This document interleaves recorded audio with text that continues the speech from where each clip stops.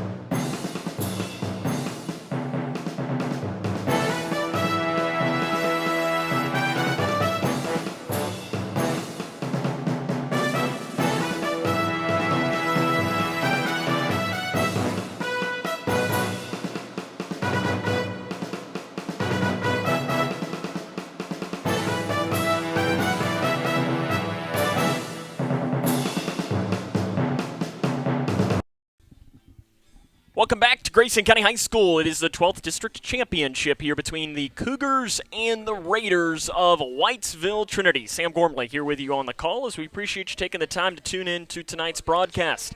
We're going to get you ready for this one real quick. And let's meet the starting lineup first for the Whitesville Trinity Raiders. Leading off in center field will be Hayden All. The two-hole hitter will be the shortstop Nathan Huff. Batting third, the catcher is Gavin Howard. The four-hole hitter will be the starting pitcher, Gavin Howard. Batting fifth at third base is Nolan Mills. The six-hole hitter will be the left fielder, Stephen James. Batting seventh at first base is McBrayer. Batting eighth at second base is Carson Fitzgerald. And batting ninth in right field is Will Hernandez. All Huff, Hernandez, Howard, Mills, James, McBrayer, Fitzgerald, Hernandez is how they line up in this. They will go up against the Grayson County starting pitcher, Camden Brothers. Brothers on the mound this year for Grayson, 9 games, 7 starts with a 5-0 record and a 2.10 ERA. And we'll bring you the Grayson County lineup as we get ready to start the next half inning, as we don't quite just have enough time to get it all in right now. Brothers, though, that 2.10 ERA, 40 strikeouts, 27 walks.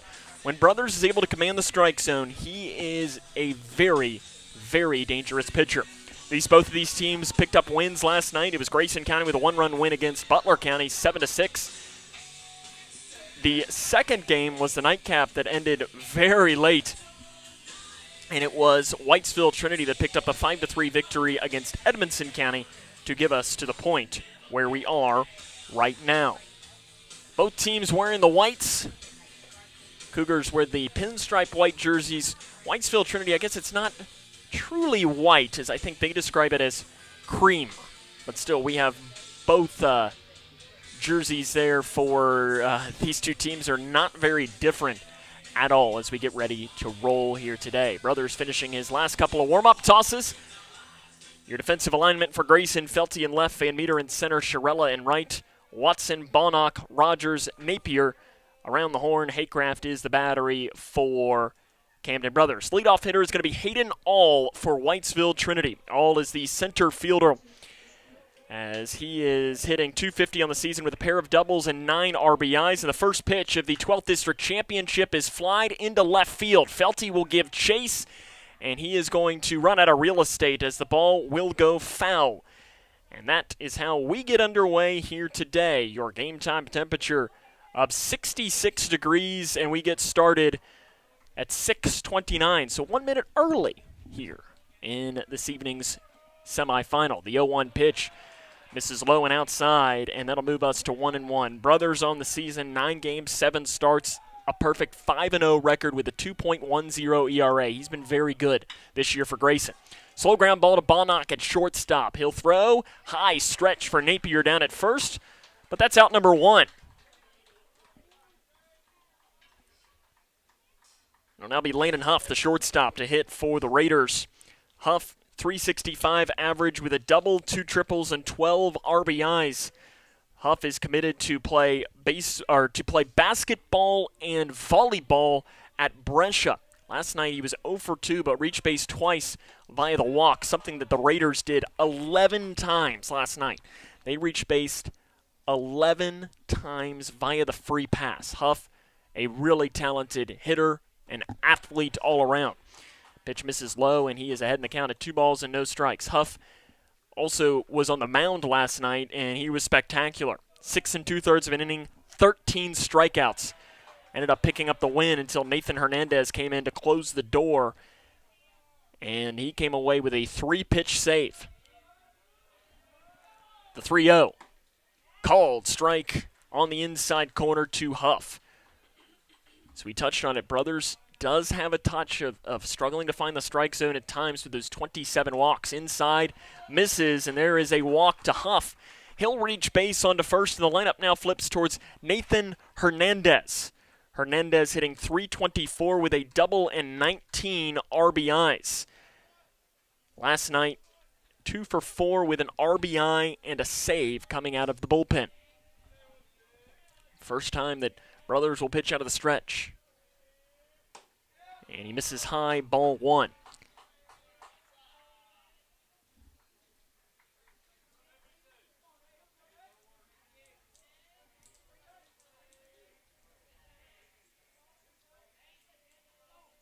Brothers pickoff move. Huff will slide in ahead of the tag down at first. Napier playing that first base position today, something that Grayson County's had a couple of different players play that, and really it's been Brothers and Napier that have done it primarily over the last couple of weeks. 1-0. Called strike at the knees to Hernandez. As really it's been when Napier's pitching, Brothers has played first. Other than that, Gage Napier has taken that first base position, and really the infield has allowed for Chase Bonnock to slide in at shortstop, and he's played pretty well. Breaking ball doesn't get enough and misses high, and the count goes to 2 balls and 1 strike. Infield is shaded in just a little bit. Eli Watson's on the outer edge of the grass. They are not be surprised to see Whitesville Trinity lay down a bunt. They did that a couple of times in yesterday's win over Edmondson. And right on cue, Hernandez shows bunt, pulls back, and a horrible throw by Haycraft, and it goes into center field. Huff will advance into third now, and that's where he's going to stay on the error by Haycraft. And ball missed outside as well. So Huff will get a stolen base and then advance to third on the fielding error by Haycraft. That ball clearly slipped out of the hand of Haycraft. It did rain quite a bit throughout the lunch hour, and then there was also some rain overnight. The tarp was on the field, though, and they spent a long time working on it. The 3-1 fouled off, and the count will go full. I mean, they were out here. We arrived just at about 4 o'clock, and that's when they began pulling the tarp off. And they were working on the field until really about 6 o'clock. They put a good 2 hours in. It wasn't just one person working. It was a all-team effort. Swing and a miss. Hernandez goes down on strikes. And it'll now be the cleanup hitter, Gavin Howard, to hit for the Raiders. Howard is going to be starting on the mound for Whitesville Trinity today. On the season, Howard, .324 average with 2 doubles, 2 triples, 2 home runs, and 13 runs batted in. So it's pitcher against pitcher. Howard trying to help himself out, and he swings and misses at the pitch inside. Huff standing just 90 feet away.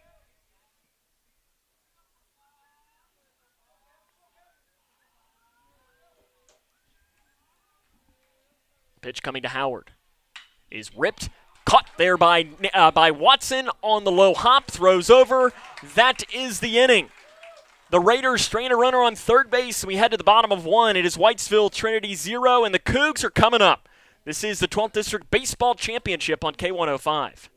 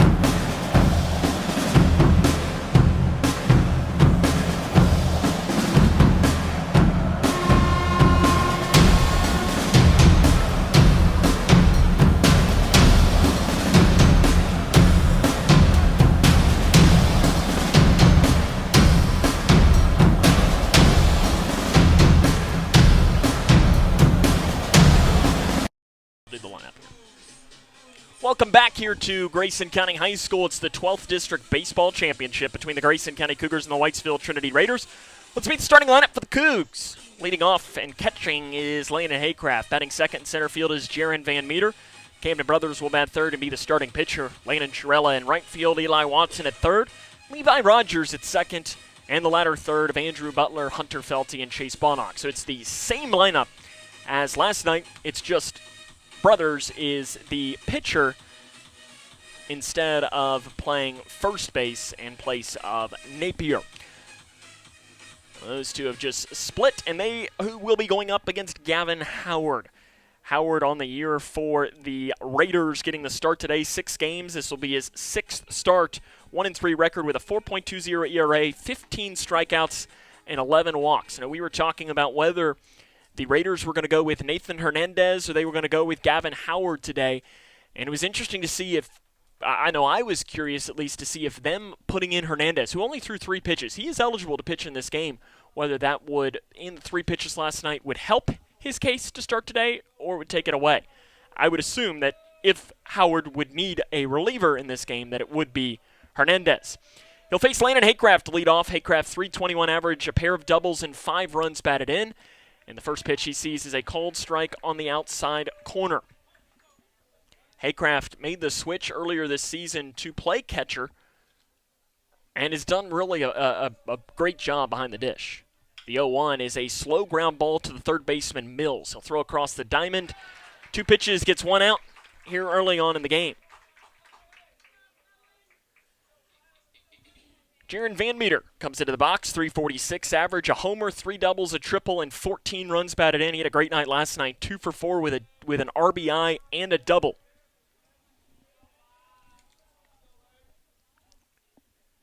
And the lefty sees the first pitch and fouls it behind the dish.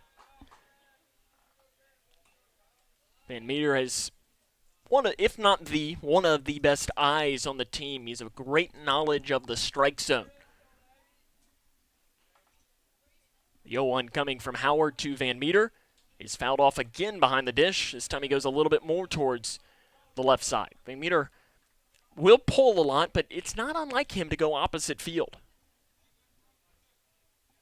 Hernandez is the catcher today for Whitesville Trinity since Gavin Howard, their typical catcher, is on the mound. The 0-2 is a hard ground ball to the first baseman, McBrayer. It goes under his glove. He tries to recover, flips, not in time. Hustling down all the way was Jaron Van Meter, and an E3 puts the Cougars with their first runner on base. And again, there was an error in the first inning yesterday against Butler County. And I know I made a comment saying it doesn't matter how you get on base. All that matters is you're getting on base because the runs all count the same in the end. The only stat at the end of this game that matters is that if you're Grayson County, you have more runs than Whitesville Trinity because then you walk away as a district champion. Pickoff move, Van Meter slides in ahead of the tag. Camden Brothers, the hitter now for Grayson County. Brothers a .333 average, 7 doubles, a triple, and 20 runs batted in. And the first pitch he sees is outside for ball 1. Brothers is having a great season. He's committed to play, or signed as well, to play college baseball at Brescia. Large lead down at first. The throw is behind the runner, or the batter, Brothers, and Van Meter, who is running on the play, is going to get the steal of second base. He was already about halfway, and Howard clearly, that was in his mind the entire time, and caused the ball to slip and throw it behind Brothers.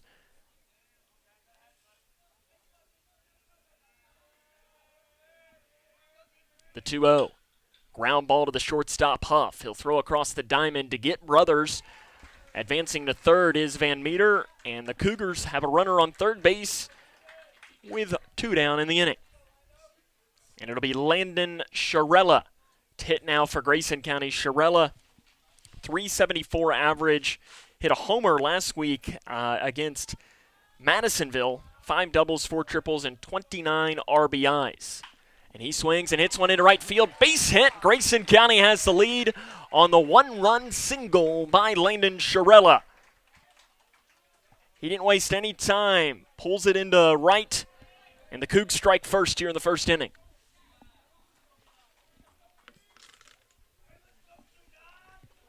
Eli Watson comes in. He's been smashing the baseball as of late. Hitting over 300 now in the season. Last night, 2 for 3 with a pair of RBIs, and those pair of RBIs were in the bottom of the 6th inning that put the Cougars ahead 7-6 and gave them the lead. Ball bounced away from the catcher Hernandez, and advancing easily is Sharella down to second.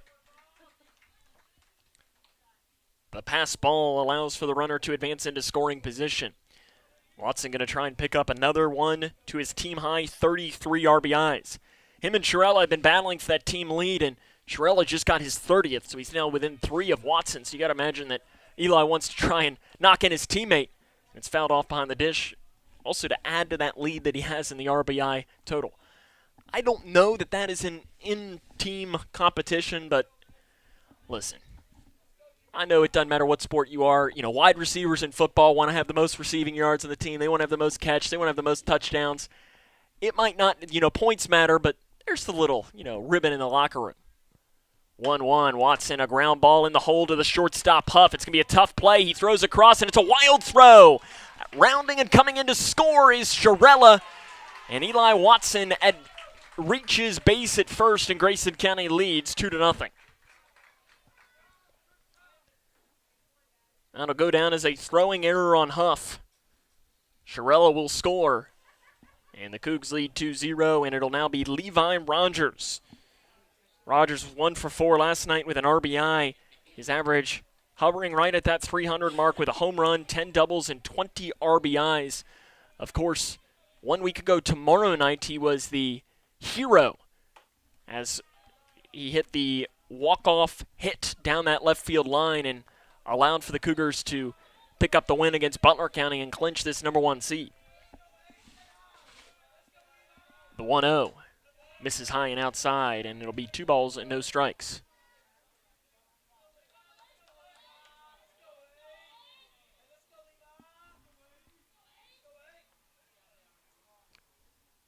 The 2-0 misses again outside, and Howard struggling to find the strike zone. A couple of unearned runs across the plate here in this second inning, and Grayson has the lead. The 3-0 pitch coming to Levi Rogers. Got to imagine you're looking at a red light here. It is, and it's high, and Rogers works a walk, and you have runners on first and second now with 2 down in the bottom half of this inning. Andrew Butler will get the plate appearance. .208 average with 6 runs batted in. Butler returning from an injury last night, and he hits a fly ball into left field. James goes back, has it read. He's got it grabbed, and that is the inning. We head to the second inning. Grayson County strikes and scores 2. It's 2-0 Grayson. This is Cougar Baseball on K105.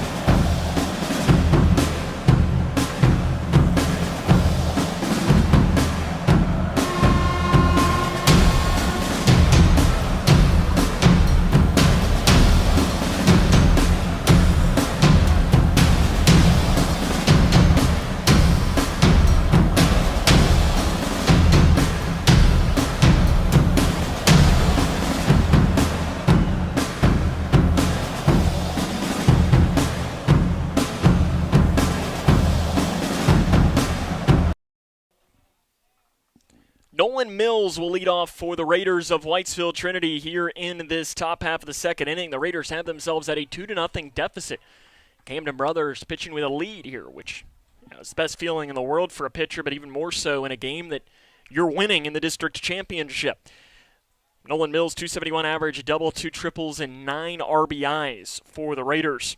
Raiders have never won the 12th district championship here in baseball. His first pitch coming from Brothers, misses high, a little too tall for Mills.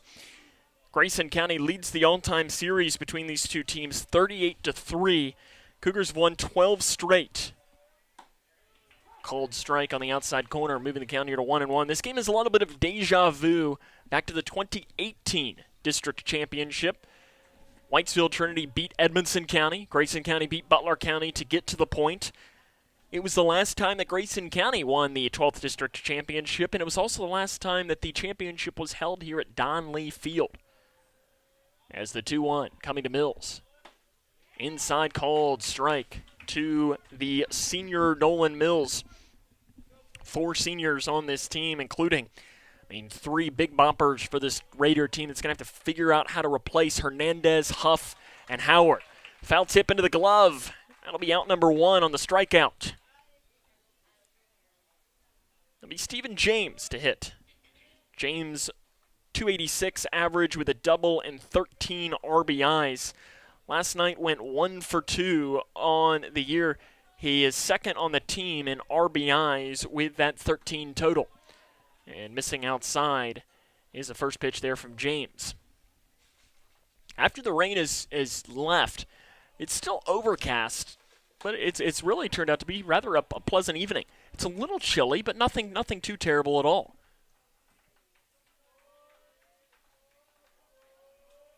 The 2-0.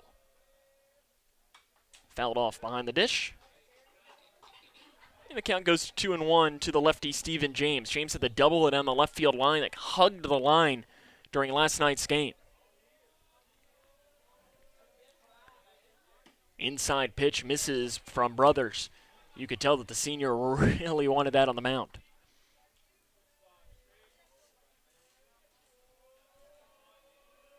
The 3-1. High, and there's a walk for Stephen James. He'll reach base. And Brady McBrayer, the first baseman, steps into the box. 206 average with 4 doubles and 12 runs batted in for the sophomore McBrayer.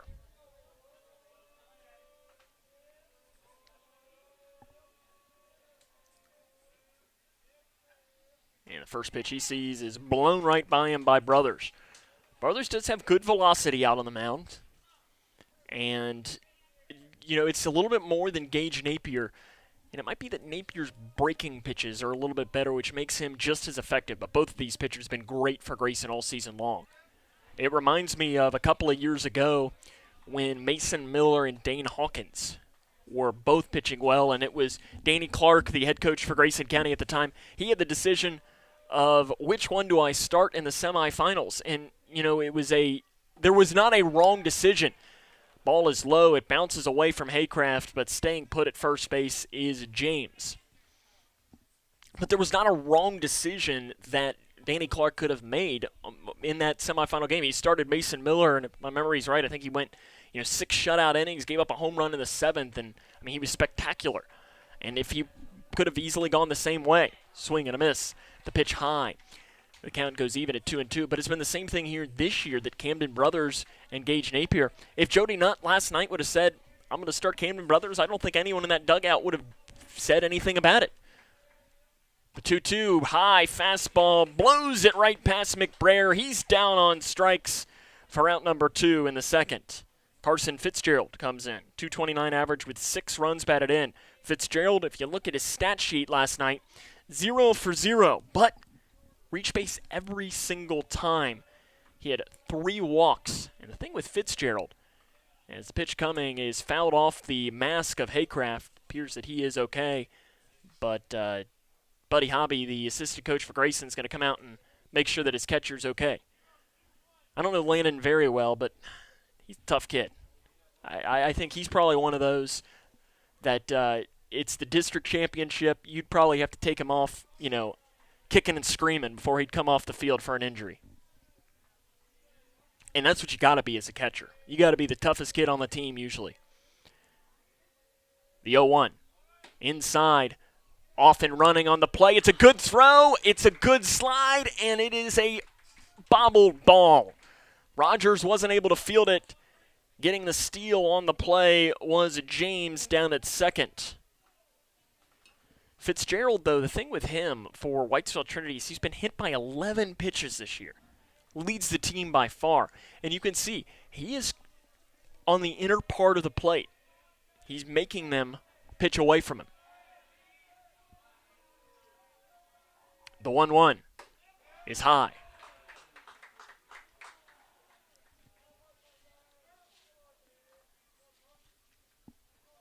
So we got 2 balls, 1 strikes. 2 down here in this top half of the second inning. Grayson has the 2-0 advantage. Pitch, called strike right down Broadway. Really good one to the 8-hole hitter Brothers. And if you're Grayson County, you got to go right at the bottom part of this order. The break even. Brothers checks the runner. James at second. Delivers the pitch. Misses outside, and the count goes full. Standing in the on-deck circle is Will Hernandez for the Raiders.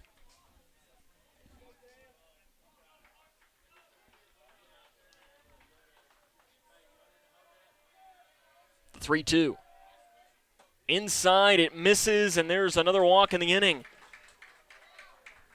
And it'll be Will Hernandez that will get his chance to hit. Hernandez, a .200 average with 2 doubles and 6 runs batted in, but we'll wait to give you more on him because there is a mound visit coming up right now. Buddy Hobby, the assistant coach for Grayson County, and more importantly maybe in this conversation, Camden's stepdad is out talking with Camden, and said, it's the extra relationship factor out there. And this, you never know if Buddy Hobby saw something, or if this very well is just one of these things is just saying, hey, take a deep breath. You're good.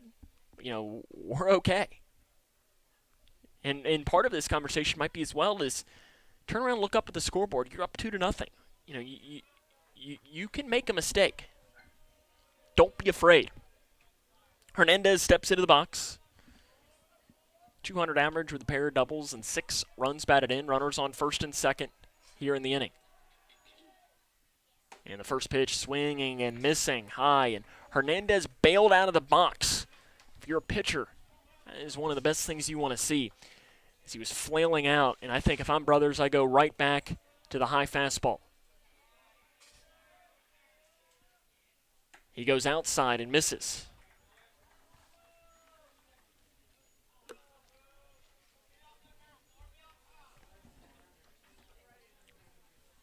James stands at second, Fitzgerald on first.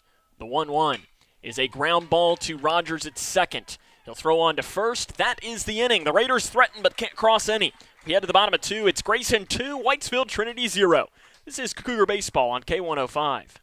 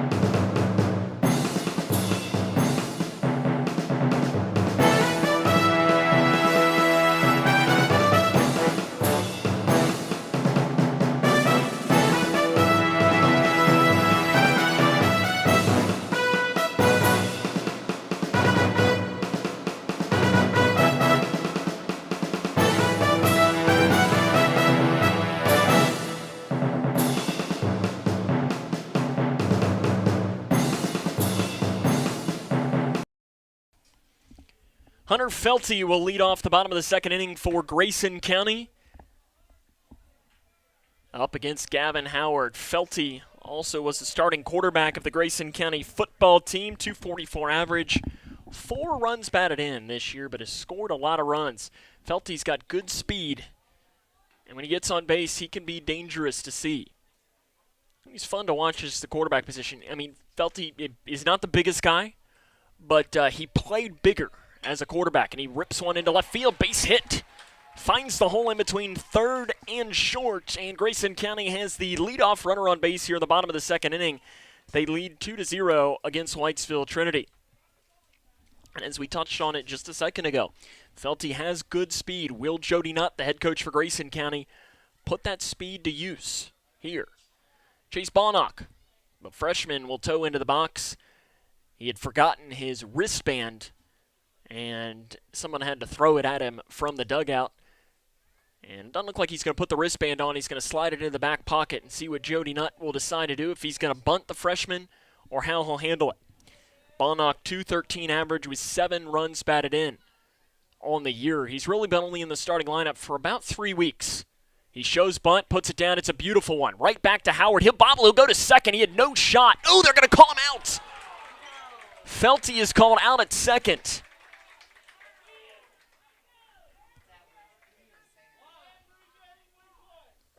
Wow.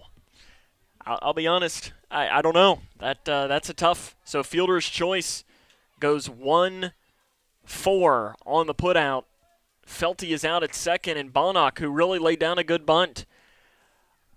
That's a tough call down at second base. There's no question about it. It's back to the top of the order. Landon Haycraft grounded out to third in his first plate appearance, and there's a called strike. Grayson has the 2-0 advantage, so Bonnock and Felty just switch places. Howard checks the runner at first. Delivers inside, and Haycraft fouls it down the left field line and into what is the Whitesville Trinity bullpen.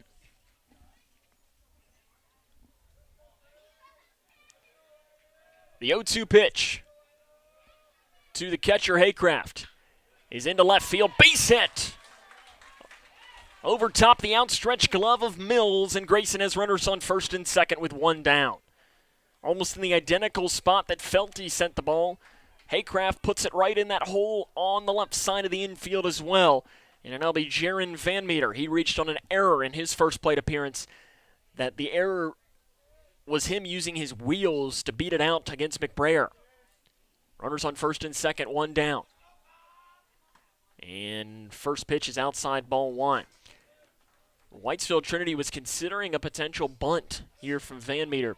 We saw Jody Nutt bunt with Landon Sharella last night, one of his better bats, and it did not come back to help him at all as Sharella ended up popping out. We got a double steal going. The pitch out, Van Meter, both runners will steal in as Bonnock and Haycraft both advance on the pitch outside. So it was an indirect pitch out, and Bonnock advances. It was a double steal. And it might have even been a hit-and-run call. But now you got runners on second and third with 1 down in the second. Pitch misses low. Van Meter, who leads the team in walks, is in another good situation to potentially add another one.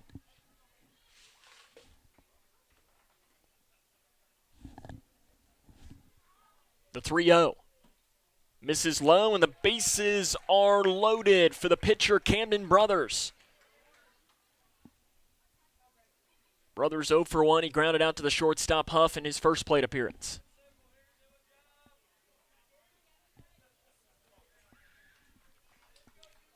This is a big opportunity early on in the game. Grayson has the chance to blow it open. And the first pitch hits Brothers in the back, and it's 3-0 Grayson.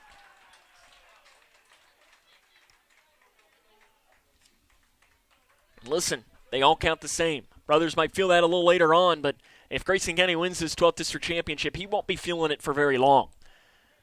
Cougs up 3-0 now in the bottom of the second inning, and it'll be Landon Sharella, who had the base hit to left field that plated a run in the first inning of play. He'll try to add some more with nowhere to put him.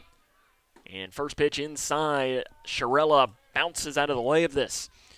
Sharella was the U11, as we're going to have actually a mound meeting out on the mound between the head coach, Ethan Maxey, and the team. As we'll come back to the Sharella story here in just a moment. We'll talk a little bit about Ethan Maxey, the head coach for Whitesville Trinity. He's out on the mound right now.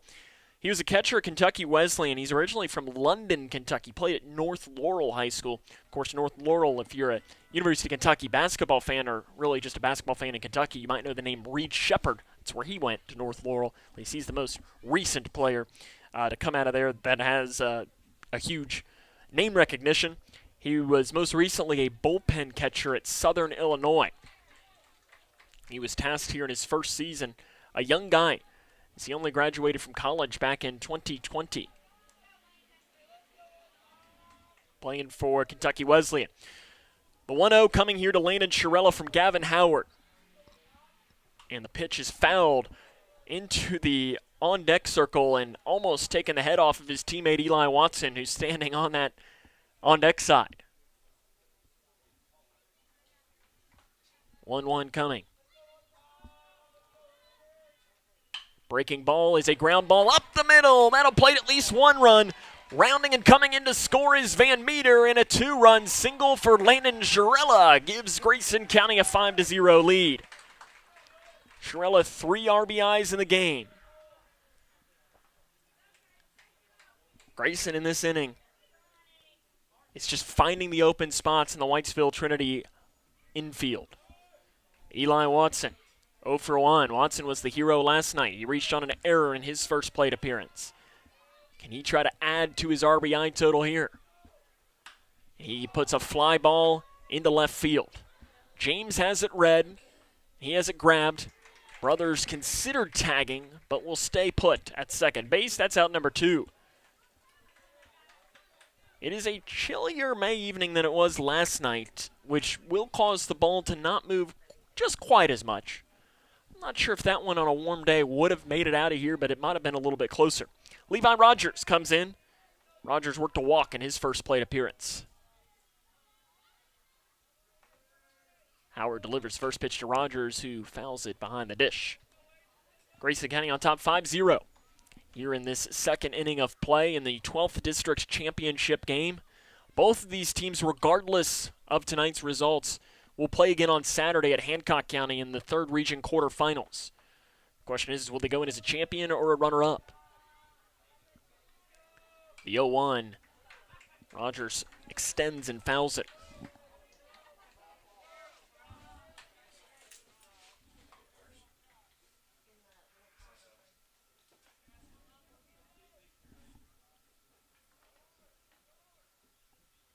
Long look in for Howard. Checks the runner Brothers, delivers the 0-2, and it's popped straight up left side. Nolan Mills, the third baseman, calls it. He's got it, and that's the inning. Grayson County, though, adds 3 more, and we're through 2 full. It is the Cougs leading the Raiders 5-0. This is Cougar Baseball on K105.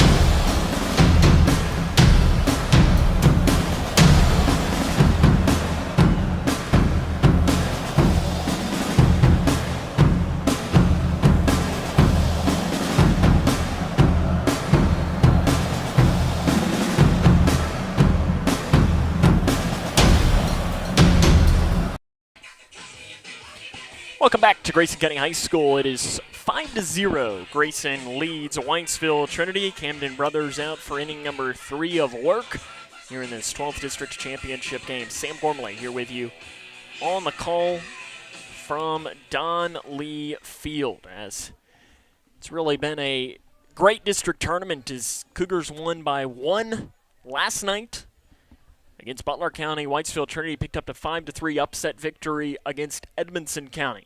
Starting tonight in Brownsville, in fact, the games just got underway. Game number 1 between Butler County and Whitesville Trinity in softball happening in good old downtown Browntown. First pitch to Hayden All is a called strike to Whitesville Trinity's center fielder today. All grounded out to the shortstop Ballnock in plate appearance number 1. The 0-1 is inside, and that'll move the count here to 1-1.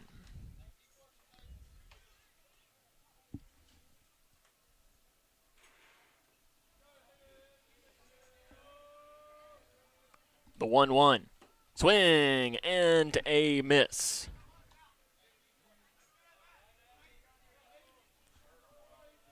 The 1-2 is a swinging strike. Throw down to first, out. So it's a drop third strike, swinging out at first, going 2-3 on the putout. Hayden All goes down on strikes. And we head to the top of the third, to the second hole hitter, rather, Landon Huff. Huff, one of the best bats in this Raider team, signed to play both basketball and volleyball at Brescia, and he fouls it off. And again, I think I made the comment last night that I think he'd be one of those guys that you could give him a ball of some random sport and say, Landon, we need you to learn how to play this, and you're playing it in a week. He has a hard ground ball in the hole, bobbled by Rogers. It's a tough play, and he is going to be safe. And there's one of your scoring decisions. And I think that's an infield hit, in my opinion, for the first hit of the game for the Raiders. That was a really tough play for Levi Rogers, the second baseman, who was shaded up towards the middle a little bit. Huff runs well. I think that's a hit.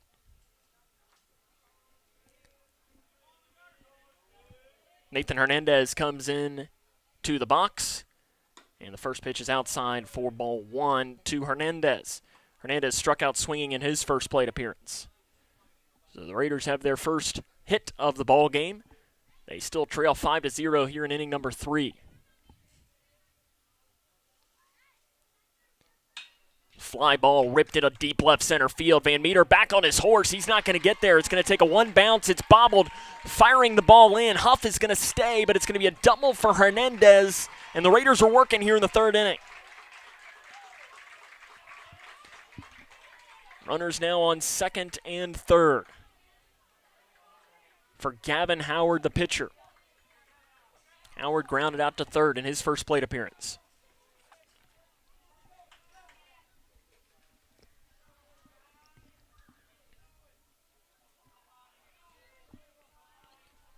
Huge opportunity for both of these teams. First pitch to Howard is outside for ball 1. Here, Grayson, you've had the momentum in this game already. You do not want to allow the Raiders to fight back and gain some of that here in this district championship.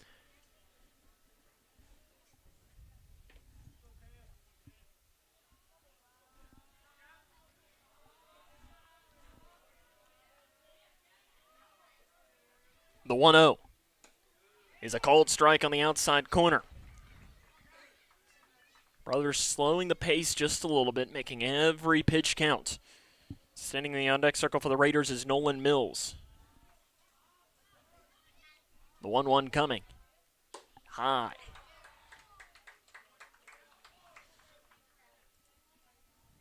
Brothers does at times struggle to find the zone. 51 pitches right now, only 51% for a strike. And there's a line drive base hit left field. 1 run will score. They're going to wave around the second one. Felty fires the ball in. It's going to be cut off by Napier. Backside throw. He's safe. The ball pops away from Haycraft, and Haycraft is hurt after the play. Slow to get up is Landon Haycraft, but I think he is okay. Time is called. A single by Howard makes it 5-2. And luckily Landon is okay. When he first came down, I saw him wince and grab for his knee, And in those collisions, again, nothing dirty by any means on either side. It's the last thing you want to see, and luckily Haycraft hopped off. But the Raiders are on the board in the game on the 2-run single by Gavin Howard, and on the throw, he advances. Nolan Mills comes into the box. He struck out in his first plate appearance. Showing bunt is Mills, and he fouls it off. Raiders are not afraid to play small ball. They did that quite a bit last night.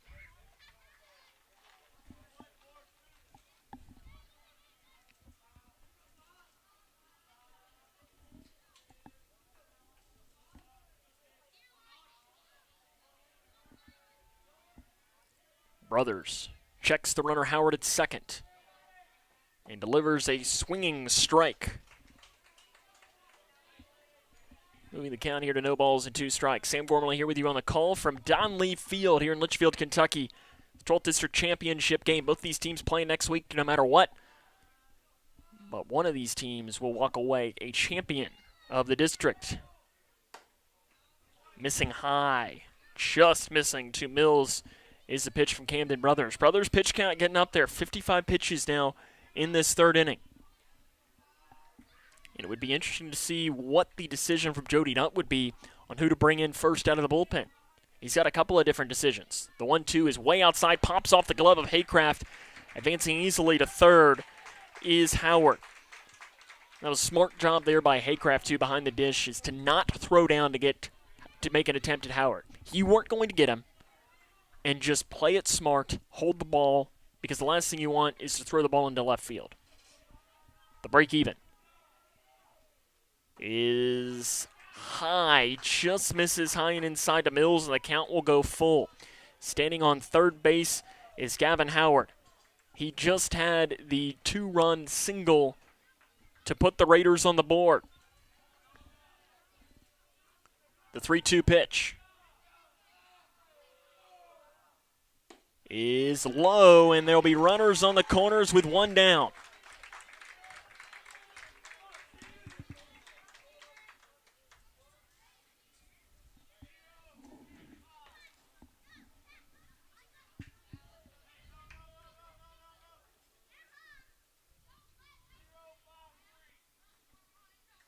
Delivering the calls as Stephen James comes in to hit for the Raiders. James walked in his first plate appearance against Camden Brothers. He shows bunt down. It's a safety squeeze, and it's a beautiful one. Everyone's going to be safe in the hole. Watson had no play, and he just has to eat it, and it is now a 5-3 ball game on the infield single by James. He could not have taken that and rolled it out any better than he did. Brady McBrayer struck out in his first plate appearance. Just like that, it is a brand new ball game here in Litchfield.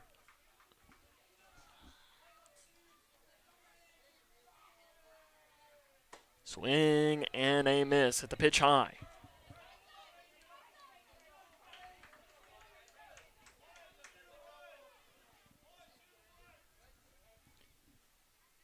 Brother steps off, tries to recollect himself. The 0-1 coming, checking the runner, now delivers, showing bunt, pulling away. Brothers just reared back and let that go. 61 pitches now for Camden Brothers in this game, and it's not gone the way he probably predicted when he imagined pitching in his district championship debut. Grayson County has not been in the district championship since 2019. It's a bunt right in front of the plate. Brothers comes over. He'll fire down to first. It's not a good throw, and it's thrown up the line. Another run will come in and score. And Grayson County's lead is now just 1 after the Raiders strike again. It is 5-4.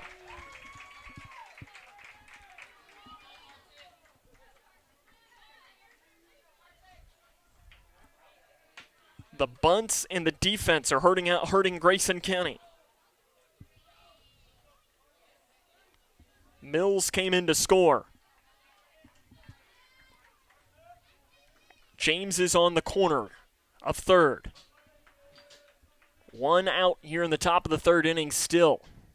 Raiders have the tying run now just 90 feet away And Camden Brothers is still struggling to find the strike zone.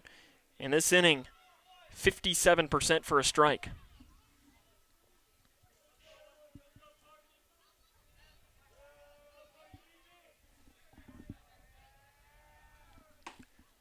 Pitch is a called strike. Defensive indifference will allow for McBrayer to advance into scoring position. Hopefully that pitch can be exactly what you need if you're Brothers. It's fouled off behind the plate against Fitzgerald.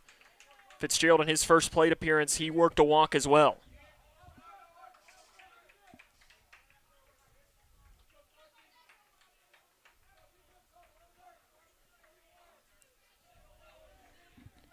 The 1-2 pitch coming with one down in the third is outside again. Brothers just can't get it.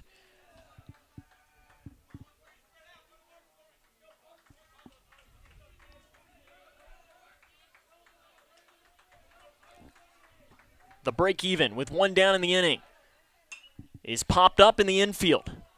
Napier has it read. He has it grabbed. That's out number 2.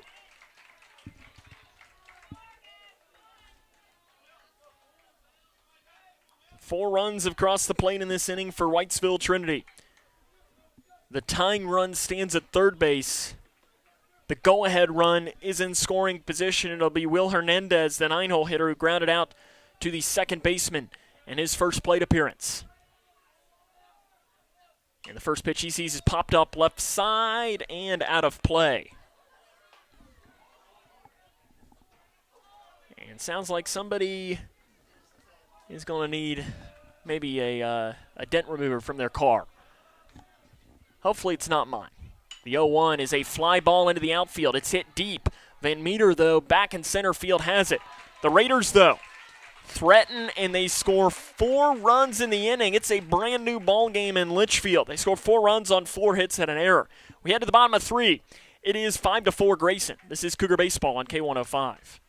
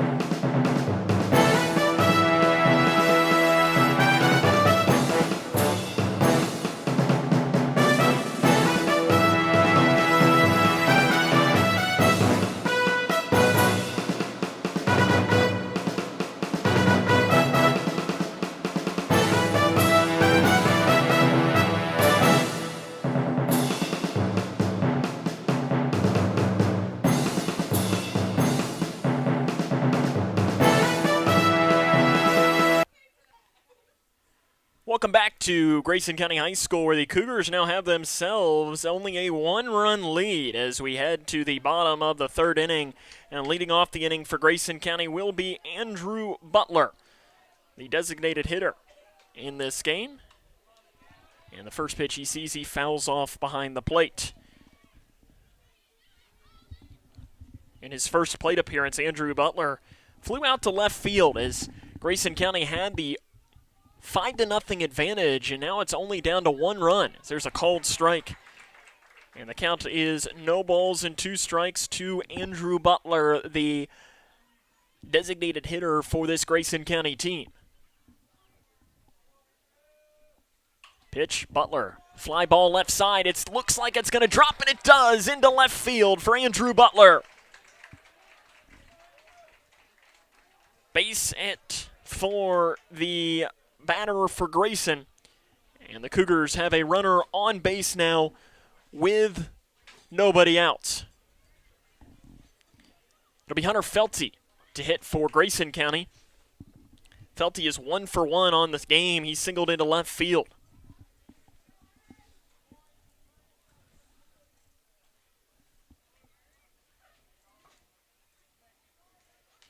Jody Nutt yells out the signals. we seeing maybe some bunt, hit and run, or what? It is not, and it's a fly ball into left center field, and that's going to be a gapper for Felty. It's going to go all the way to the wall. Rounding and coming into third base is Butler. He's going to stop there. Felty goes into second with a double, and the Cougs are working here in the bottom of the third inning. The offense has awakened here in this inning. Chase Bonnock to hit. Bonnock had a decent bunt, and it ended up going down as a fielder's choice because there was a bang-bang play at second that the umpire did call Felty out at second. Now, we don't have the benefit of replay, and that umpire was a whole lot closer than we were. We just have to give the benefit of the doubt. It looked like he was safe from our vantage point, but again, we might be just a smidge biased. Just a smidge. If you're a Whitesville Trinity fan watching, you probably thought he was out. Bonnock fouls it off. And that's what you always love about fandom. I do want to bring one score update. If you're a Whitesville Trinity fan watching with us, the 12th District Softball Tournament is happening at Edmonson County, and it's underway right now. Butler County leads Whitesville Trinity 5-4 in the bottom of the fourth inning. That's a score update to bring you. Showing bunt is Bonnock, and he fouls it behind the dish. Grayson County will face Edmonson County in the semifinals of that. I know that they were saying it's going to start at 8 o'clock, which it's not starting at 8 o'clock down there. It'll probably be more like an 8:30 start from Brownsville. Or maybe you're down there cheering on the Lady Cougars and watching with us here. The 0-2 pitch coming to Bonnock. Check swing, he went. Strike 3 for Bonnock. He did not agree. And the Grayson County dugout did not agree either. And that would be a situation where they would look down to first and ask the umpire, but the first base umpire is now shifted over to second. So there's no way to ask him. He didn't have a better angle than we did. And it's tough for us to see from right behind the dish. Landon Haycraft comes in to hit. He's singled in his last plate appearance and is also grounded out. Runners on second and third, one down here in the inning. And he'll put one right back up the middle for a base hit. One run will score. Felty takes a hard turn around third. He will score. Grayson County leads now 7-4 on the two-run single by Landon Haycraft.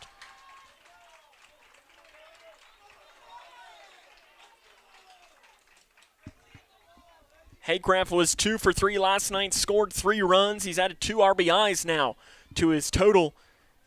And Jaron Van Meter will get his chance. He walked in his last plate appearance and has also reached base via the error.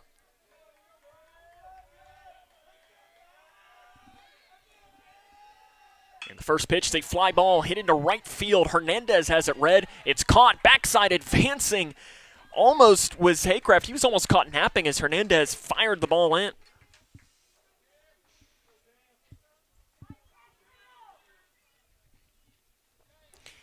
Camden Brothers, starting pitcher for Grayson. He was hit by a pitch in between the numbers in his last plate appearance against Gavin Howard, the starting pitcher.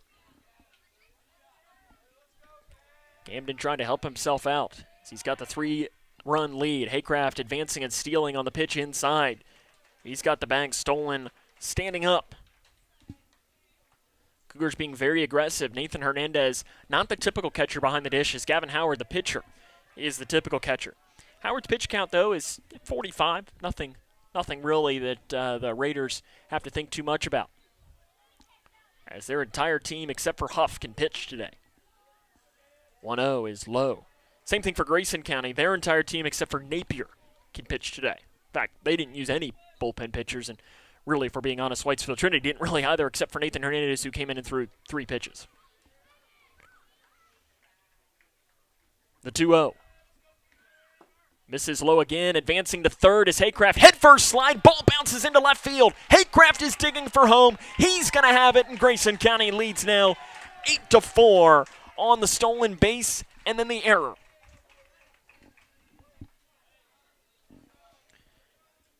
A lot of runs in this inning.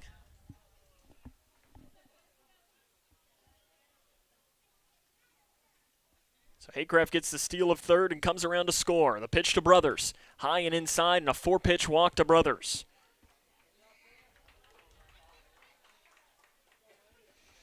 Base is loaded, or base is now just a runner on first, and Landon Shirella, who has singled twice to center and to right. And the game has 3 RBIs, and timeout is called. Ethan Maxey Got to come out and talk with his hurler, Gavin Howard. The line on Gavin Howard in the game right now. 2 2/3 of an inning, 7 hits, 8 runs, 5 earned, 3 walks, a strikeout, and a hit by pitch. And that's it.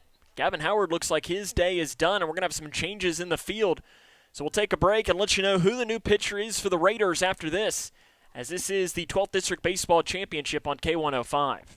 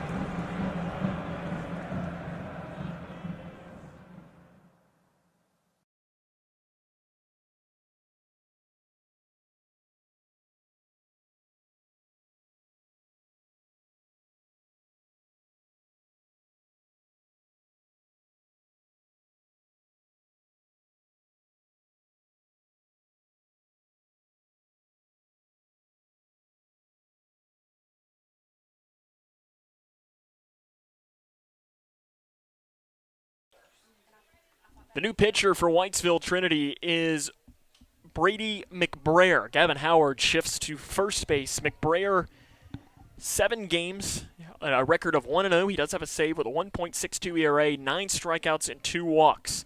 And the first pitch he finds to Landon Sharella is inside for ball 1. As at least I thought it was a ball, but the reaction from Sharella made it almost sound like it was a called strike. He was not happy with it. But I didn't see a strike call. But Camden Brothers stands on first base. It is 8-4 Grayson County. Sharella right back up the middle. Huff on the bounce, has it, tags second. That's the inning. We're through 3 full. It's 8-4 Grayson County. This is Cougar Baseball on K105.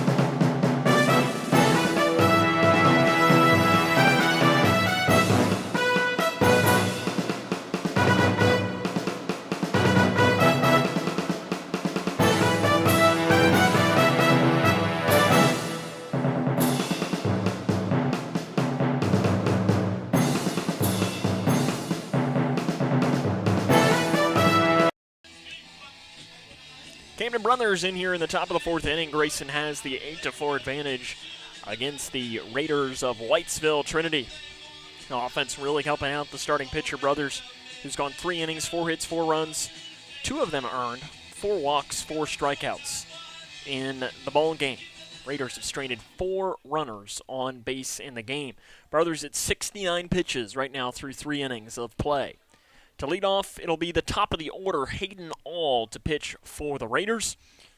And All has struck out and grounded out to the shortstop. After Whitesville Trinity brought it to within a 1-run game, the Cougars added 3 more runs to make it 8-4. And that's fouled off behind the dish for the first pitch here in this 4th inning. Winner of this game is the district championship. Both teams advancing, though, on Saturday to play in the 3rd region tournament that will be held at Hancock County. The region softball tournament will be held here at Grayson County High School.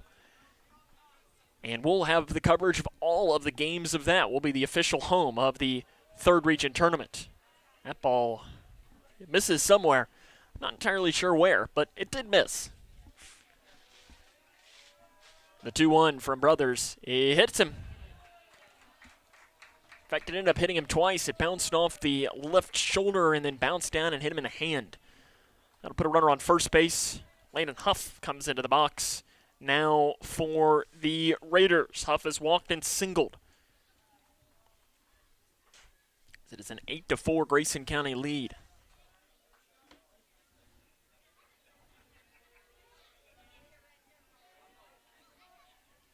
And showing bunt is Huff, pulling back. It's a called strike. Very interesting decision there.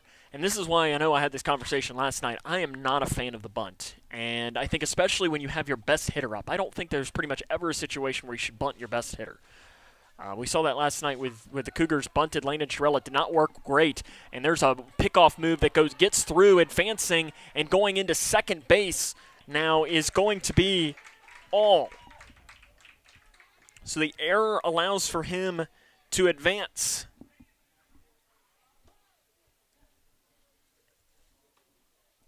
For Grayson County, that's the 3rd error of the game.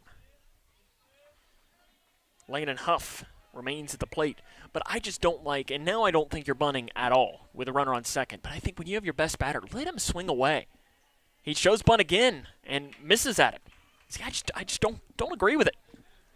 I don't.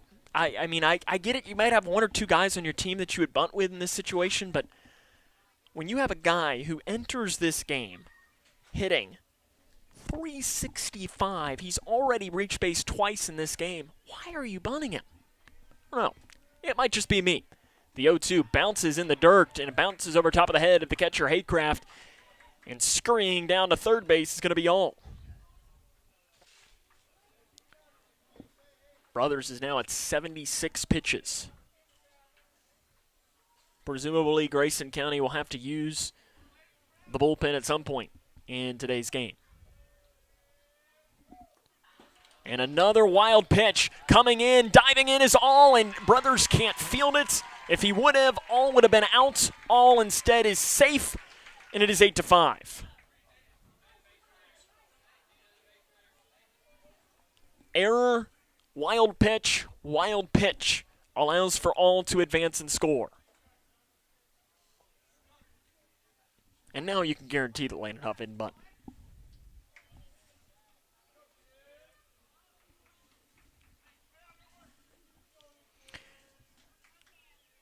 Brothers recollects himself on the mound, the break-even pitch coming with nobody out in this 4th inning.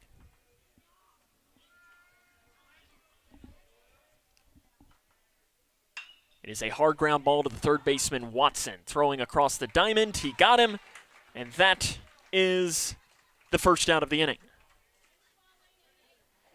Watson did a good job reading that on the hop. Be Nathan Hernandez now to hit for the Raiders. Hernandez is 1 for 2 in the game. He's doubled to center and struck out swinging. As Nathan is committed to play college basketball at Ave Maria University, which is a school in Florida. He'll do a ground ball in the hole to the shortstop, ball knock. It's going to be a tough throw across the diamond. He did not get him. Bang, bang play. What a throw by Chase Bonnock. I mean, that had no business being remotely close, and Hernandez runs well. I mean, that was almost one of the better plays you will see a shortstop make, and he's a freshman. What a play there by Chase Bonnock. Yes, he didn't get him out, but man. Outside ball one to Gavin Howard, who was the starting pitcher. He's now the first baseman. He singled to left and grounded out to third. I mean, going back there by Bonnock, I mean, you will not see a freshman shortstop make that play really at most levels here throughout the high school game. Timeout called by the hitter Howard. And I'm sure Hernandez looked and was surprised to see it as close as it was. Hernandez plays a little shortstop at times as well. Cougars in double play depth. Howard shows bunt, pulls back, running on the play, and sliding in as Hernandez, and the ball rolls into center field. Van Meter was there to back it up. And it's a 2-0 count.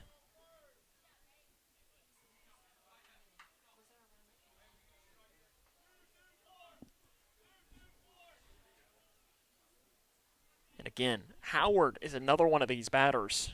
You know, you look at 324 average, 2 doubles, 2 triples, 2 home runs, and 13 RBIs. I don't know why you're bunting. I just don't know. I mean, it just doesn't make sense to me. Pickoff move safe. Down at second is Hernandez. And again, maybe Ethan Maxey, the head coach for the Raiders, knows something that I don't. And I'd be saying the same thing for Grayson. Like, I didn't necessarily agree with the call to bunt Lena and Sherella in the 6th inning of last night's game. I'll get off my high horse now and say, you know, I'm just not a fan of it. As Howard swings and fouls it. And I loved it there. Ethan Maxey, the third base coach for the Raiders. He was waving his arm as soon as he heard that contact. He was going to wave Hernandez around no matter what. It's 8-5 is the game here in this 12th District Championship.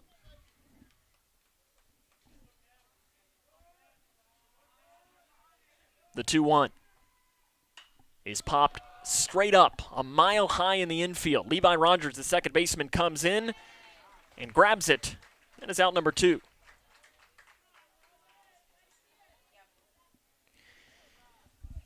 Nolan Mills will now step into the box to hit. He is 0 for 1 in the game. He's walked and struck out. Camden Brothers at 83 pitches here in this 4th inning.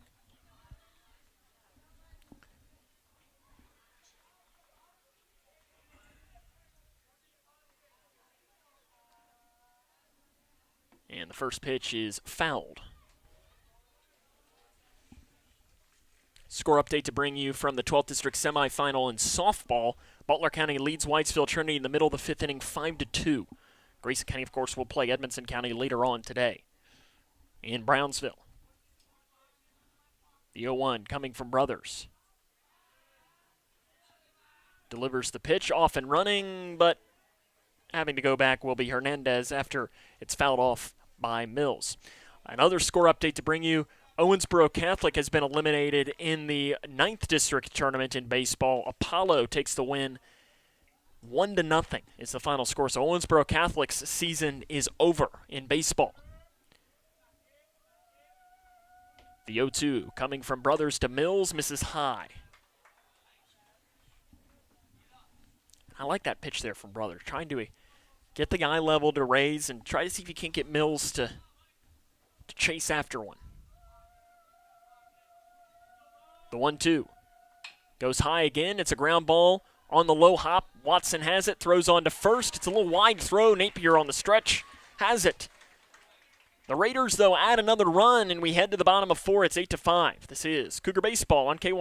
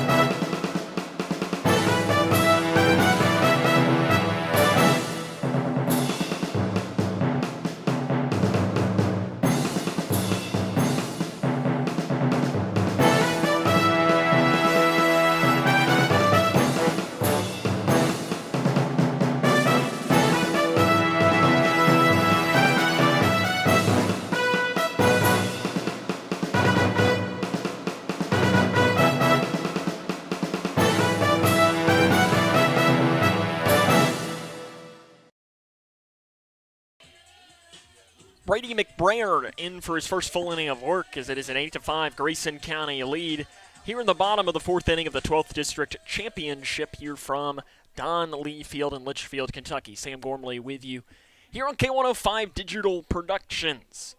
So it'll be Eli Watson to lead off the inning for Grayson County. The Cougar third baseman is 0 for 2. He's reached on an error and flown out to the left fielder, James. Gavin Howard got the start for the Raiders and struggled. Grayson County knocked him for 8 runs. McBrayer came in to face the lefty Shirella and retired him on 2 pitches to get out of the inning with no further damage. Cougars have scored runs in each of the first 3 innings. And the first pitch to Watson is a breaking ball, cold strike on the outside corner. They scored 2 runs in the first, 3 runs in the second, and added 3 more in the third to give them their 8 runs they have on this 8-5 advantage. McBrayer sets and delivers. Misses outside again. McBrayer, not a lot of speed on the mound at all, but is a lefty. In Grayson County, if you ask a Grayson County baseball fan that has been around for a while, they will tell you that the Achilles heel for the Cougars is always a soft-throwing lefty. And that's what Whitesville Trinity is throwing right now with McBrayer. Pitch misses low, and the count goes to 2 balls and 1 strike.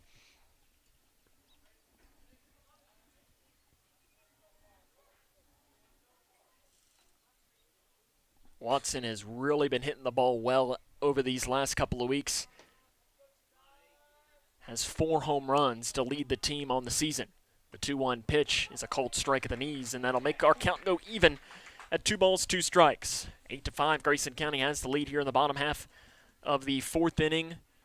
Winner will hoist the district championship trophy here at the end of the night. The break even is a high fly ball straight away left field. James curls back and makes the catch for out number 1. Watson put another charge into that ball, but didn't get quite enough to get it to leave the yard. It'll be Levi Rogers now to hit. Rogers has popped out to the third baseman, Mills, and walked in his 2 plate appearances today, and it'll be another lefty-on-lefty matchup.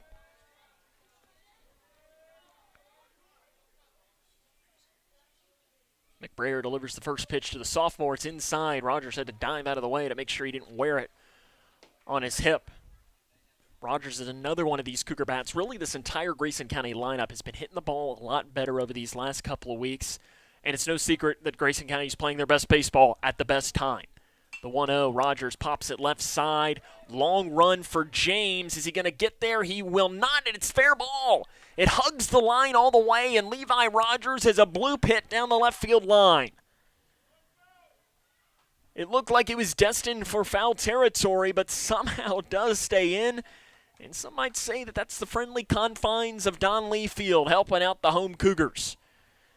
Andrew Butler comes in to hit for Grayson County. He had a bloop single to left field in his last plate appearance and also flew out to left. So he's made Stephen James, the left fielder, very busy. Rogers, the aggressive lead down at first. 1 down here in the bottom of the 4th inning. Pitch is outside for ball 1. McBrayer, not a guy that's going to strike you out very much at all. Only 9 strikeouts in the 7 games that he has pitched. That's only 8 2/3 of an inning enter the game. Ground ball by Butler to the shortstop Huff. He'll flip to Fitzgerald for 1. The relay is not in time.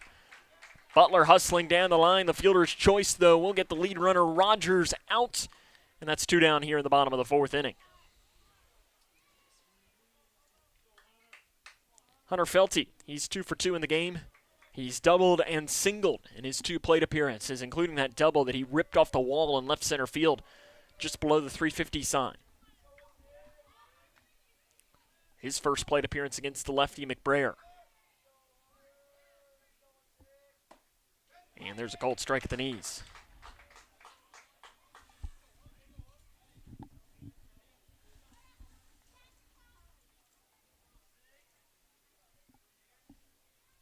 Andrew Butler stands at first base for Grayson. They lead 8-5 in the game. They've scored in every inning of the game so far.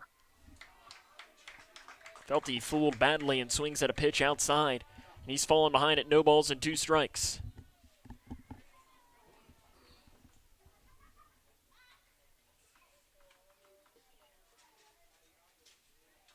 The 0-2 coming to the senior Hunter Felty from McBrayer. Outside in the dirt, Butler thought about advancing, but it was a good snag behind the dish by Nathan Hernandez.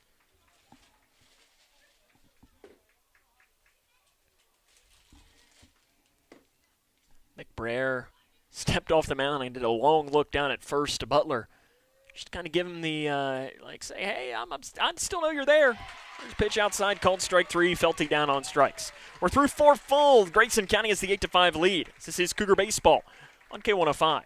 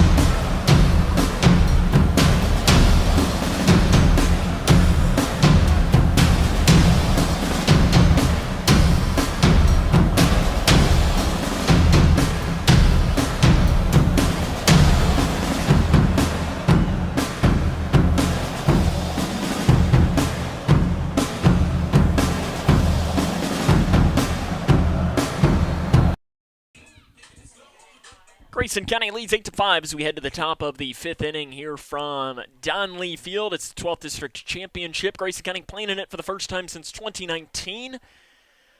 That one, we'll just say, is one to forget if you're a Grayson County fan. The Cougs led that game 9-0 and then lost 10-9, allowing 10 straight runs. Pitch misses low for ball 1. And he'll face Stephen James here to lead off this 5th inning. James had the bunt single in his last at-bat that he could not have rolled out in between the mound and third base much better. Brothers misses again, and he's fallen behind in the count of 2 balls and no strikes to the left fielder. And another one misses out of the zone for Camden Brothers. That was pitch number 90 for the left fielder Brothers. And you got to imagine that something to keep in mind that outside again, a 4-pitch walk.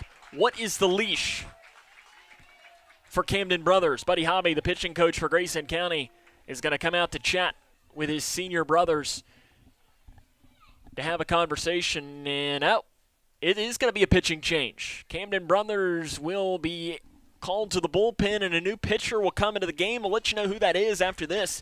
This is Cougar Baseball on K105.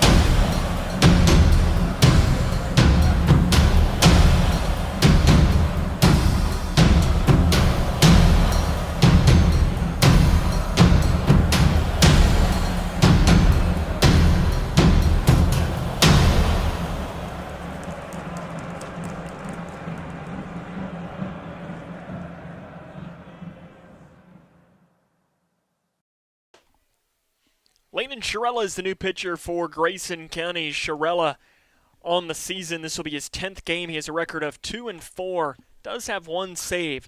An 8.86 ERA with 11 strikeouts and 6 walks. The changes in the field. Camden Brothers moves from the mound to center field.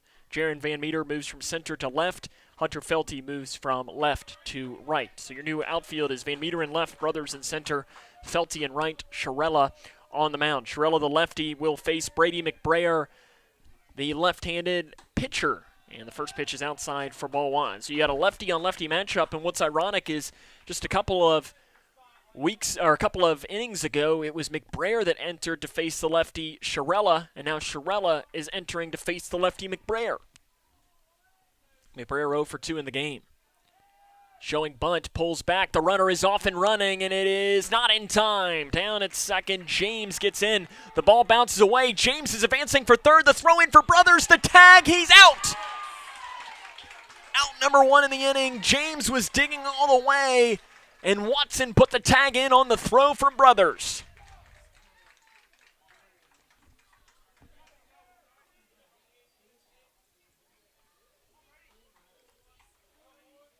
So James gets a stolen base, but is also caught stealing. And pitch there by McBrayer, he fouls off. So that now clears the bases and also does close the book on the Grayson County starting pitcher, Camden Brothers, who goes 4+ innings, 5 hits, 5 runs, 3 earned, 5 walks, 4 strikeouts, and a hit by pitch.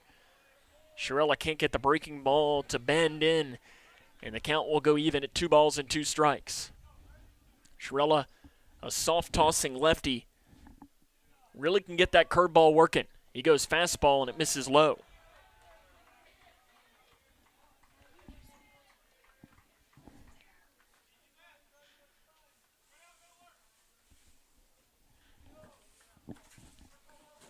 The 3-2 pitch is a swing and a miss. McBrayer down on strikes, and Landon Sherella strikes out his first batter that he faces. I do have a score update to bring you. If you're a Raider fan, you're going to be very happy to know that your Lady Raiders have tied Butler County in the middle of the 6th inning. It's all knotted up at 5 in the 12th District softball semifinals.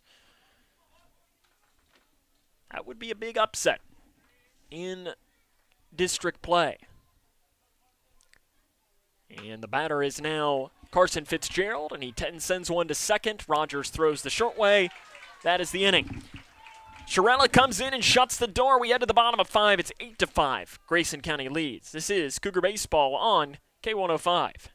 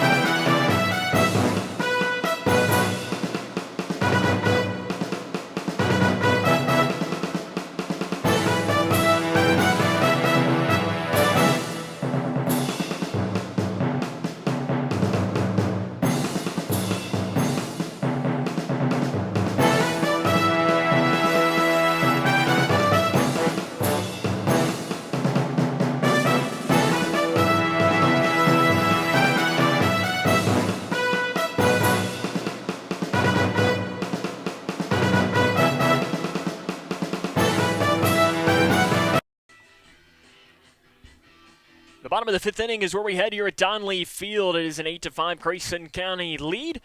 will try to add some more to their lead in this game, as it'll be Chase Bonnock, the 9-hole hitter and the shortstop, to lead off the inning for the Cougars. He's 0 for 2. He struck out and reached on a fielder's choice so far here in this game. He'll be facing Brady McBrayer, who's come in 1 1/3 inning and has been very good for the Raiders. Cougars have not been able to figure out the soft-tossing lefty.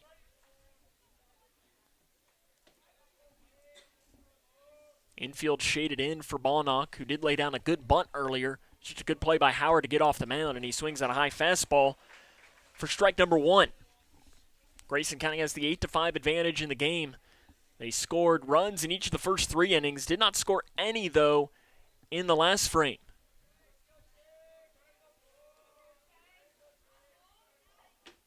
Bonnock swings now at a pitch low, and McBrayer's doing a good job at moving the eye level. He went high on the first pitch, goes low on the second. See if he'll try to drop the breaking ball in on Bonnock and try and get him out on 3 pitches.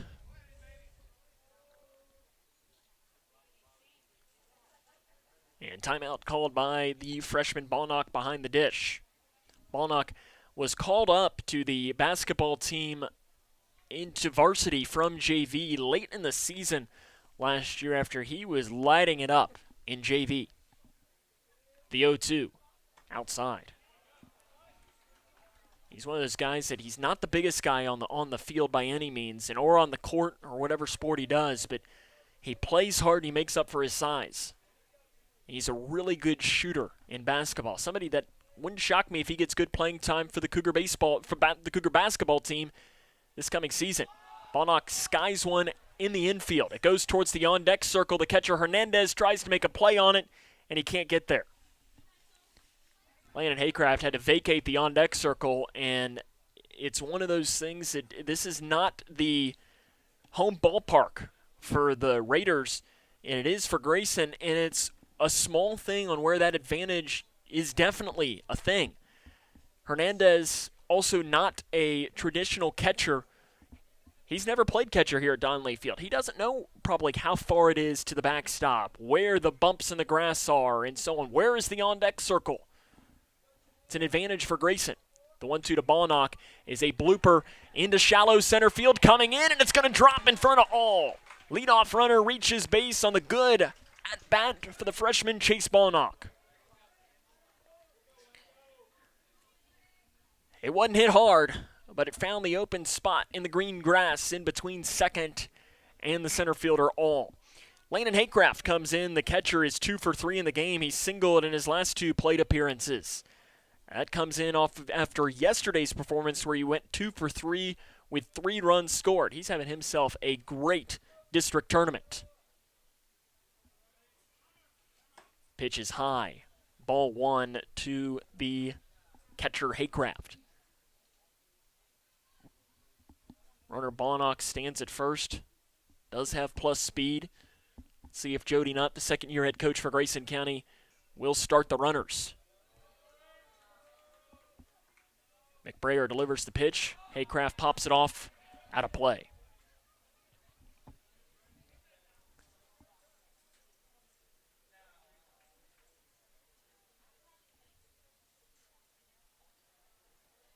McBrayer slowing down the pace with a runner on base, making every pitch count here in this bottom half of the 5th inning as Grayson County has the 8-5 advantage. Haycraft sends one right side, base hit. It finds the hole in between first and second, and it dies out in right field. Advancing and going into third is Bonnock, and Grayson County has runners on the corners with nobody out here in the bottom of 5. We've talked about it throughout the broadcast that heavy rain throughout the day happened, and they worked really hard to make sure we could even play in this game. And it's wet in the outfield still, and that ball, as it was rolling through, just stopped. It must have hit a wet pile out into shallow right field. Hernandez had to run in and grab it. Jaron Van Meter steps into the box. He's 0 for 2. He's walked, reached on an error, and flown out to right field. Nobody out here in the bottom of the 5th. Grayson County looking to add some runs. And he swings and misses. That swing by Van Meter was one to try and score all these runs in one hack of the bat.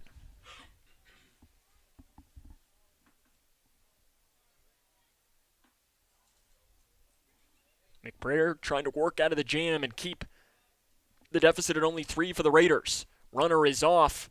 Fake the throw down. Haycraft will have the bag stolen on the pitch outside.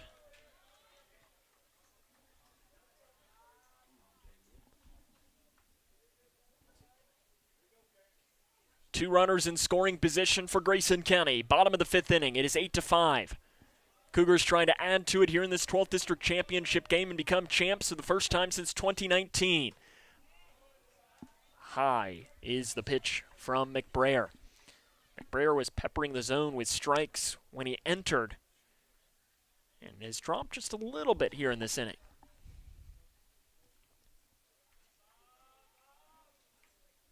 Comes set and delivers the 2-1 to Van Meter, who swings and misses again.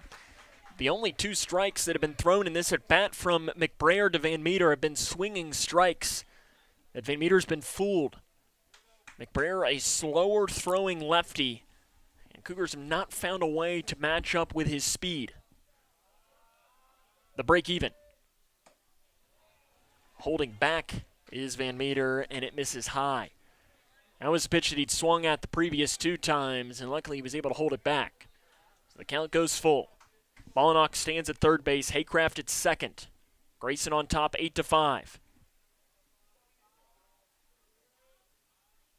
And it is low. Van Meter works the walk, and the bases are loaded for Camden Brothers. Brothers was the starting pitcher, and now he is in center field. He has been hit by a pitch. He has walked, and he's grounded out to short. 0 for 1 in the game. Shirella stands in the on-deck circle. Huge opportunity for Grayson to try and blow this game open against the lefty McBrayer. First pitch, Brothers pops out of play behind the dish. This is a huge opportunity for Grayson County. You've got to find a way here to add a couple of more runs. Give yourselves a good opportunity to feel good about yourselves moving into these last couple of innings. And I mean, you get a good inning rolling here, and you could make sure that the Raiders don't even get another chance to swing the bats. 0-1, breaking ball misses outside. You've got a long way to go before you can start thinking about that, but with it being an 8-5 lead, and you got the bases loaded with nobody out, it's got to be in the back of the mind. But you can't do that without scoring 1 at first. Pitch misses high and outside. McBrayer not able to land the breaking ball for a strike in this inning after doing great in the first 2 that he threw in. Steps off and recollects himself. Nowhere to put the senior Camden Brothers. And he misses high again, does McBrayer. 3 balls, 1 strike, bases loaded. Brothers has already been hit by a pitch and worked a walk in the game. Could he get another free pass here and get in a run? Pitch misses low, walks in a run. Grayson County now leads 9-5. There is still nobody out in the inning, and Landon Shirella will come in to hit for Grayson County. Shirella has singled twice and also had a fielder's choice, and we're going to have a mound visit as Ethan Maxey, the head coach for the Raiders, is going to come out and talk to his sophomore pitcher, Brady McBrayer. This conversation for the young head coach, Ethan Maxey, who was a catcher at Kentucky Wesleyan College, where he had a really good career. His senior season was cut short in 2020 due to the COVID-19 pandemic, and entered coaching realm right after that. He was a bullpen catcher at Southern Illinois most recently, before taking over the job here in Whitesville. He breaks the huddle, no pitching change coming. The bases will remain loaded for Shirella. Shirella was the first batter to face McBrayer. McBrayer only needed 2 pitchers to get him to ground out to the shortstop Huff. Infield coming in for Whitesville Trinity. Nobody out in the bottom of 5. Grayson County leads 9-5. Shirella watches a pitch high for ball number 1. McBrayer in this inning, His strike count has gone down to 45% after being in the 60s in the previous 2 innings. The 1-0 is ripped right back up the middle for a base hit. That'll plate at least 1 run. Van Meter takes a hard turn around third, and he's going to stop at the last second on the great throw in by Hayden All. It'll only plate 1 run. Grayson County, though, leads 10-5 on the hit by Landon Shirella, who now has 4 RBIs in the game. Eli Watson still looking for his first hit. He's reached on an error and flown out to left in his previous 2 plate appearances.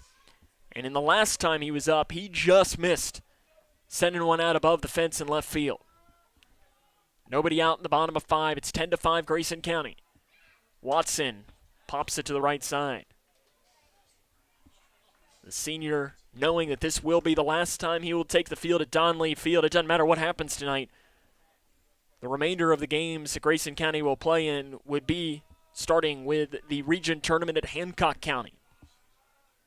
That starts on Saturday, but the only attention right now for Watson is on the pitcher, McBrayer. It's inside, gets past the catcher, Hernandez. Runners coming in. Van Meter scores easily.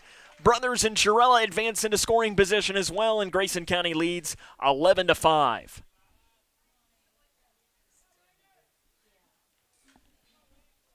McBrayer rattled on the mound.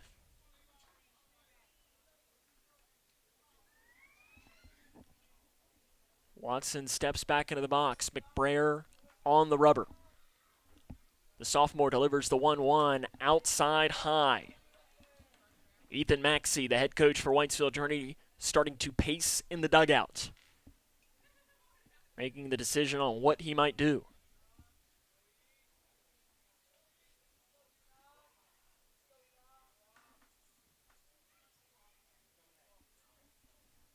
McBrayer comes sets. Pitch inside, it does hit Watson. He came inside, the bases remain loaded with nobody out in the bottom of the 5th inning, and Ethan Maxey is going to come talk to the home plate umpire, and it appears that we might have a change of a new pitcher. He's bringing out the lineup card. I'm not sure what the change might be, but Grayson County has the 11-5 advantage. The bases will be loaded for Levi Rogers, who is the lefty. Will that make Maxey keep his left-handed pitcher in the game, or will he make the change? I believe it might be Nathan Hernandez that might be the new pitcher. It is going to be a change for a new pitcher. We'll take a break, let you know who the new pitcher will be after this, as it is the bottom of the 5th inning, nobody out, bases loaded. Grayson County leads 11-5. It's a call to the bullpen, as this is the 12th District Baseball Tournament on K105.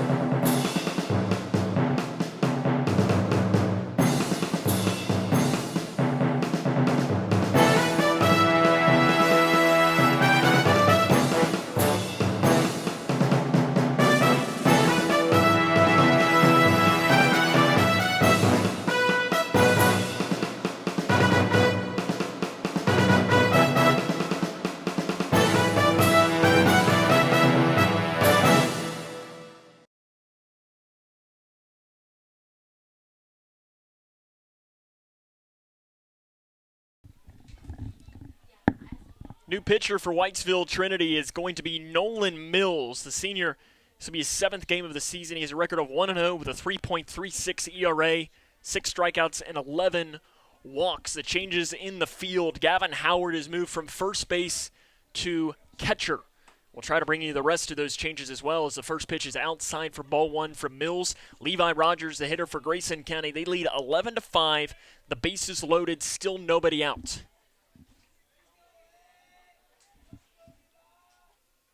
And the pitch by Rogers is a fly ball hit to right field. It is going to go foul. Rogers hit that a ton, but could not straighten it out.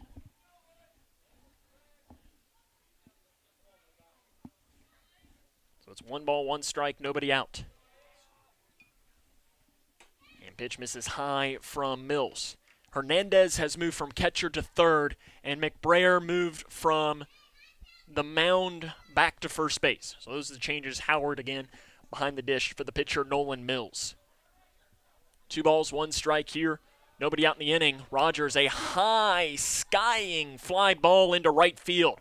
Hernandez comes in, grabs it, and it's too shallow to make a throw in, and it's a good thing that Grayson County didn't try and tag up, because that was a dart thrown in by Hernandez, and I'm not sure that Ricky Henderson could have scored on that. That's out number 1 of the inning on the high fly ball. And the lineup now heads towards Andrew Butler, the designated hitter. Butler is 1 for 3 in the game. He singled to left field for his 1 hit. And he swings and misses there. Butler is coming to the plate as what would be the winning run. If Grayson County goes up by 10 runs at any point here in the half innings, that would immediately end the game. And the Cougars would be 12th District champions. The 0-1 misses outside. Cougars have already scored 3 runs in this inning and are on the second Raider pitcher. Mills takes a deep breath. Bases loaded. Pitch is a little blooper in left center field. That's going to drop. 1 run will score. Shirella takes a hard turn around third. He will score. Grayson County leads 13-5 on the 2-run single by Andrew Butler.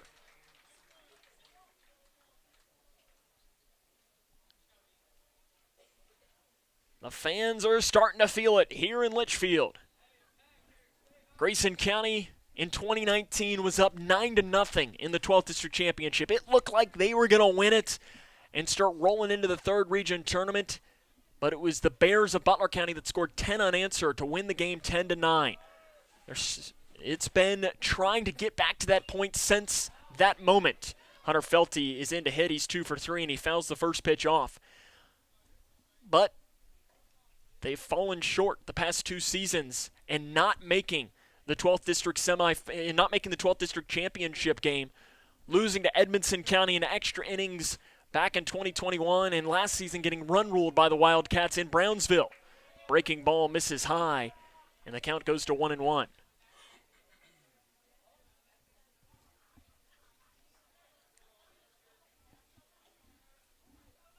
Bottom of the 5th inning. Bases loaded. Pitch bounces in the dirt and gets away from the catcher Howard. And the count is 2 balls and 1 strike now with 1 down. The winning run is now in scoring position.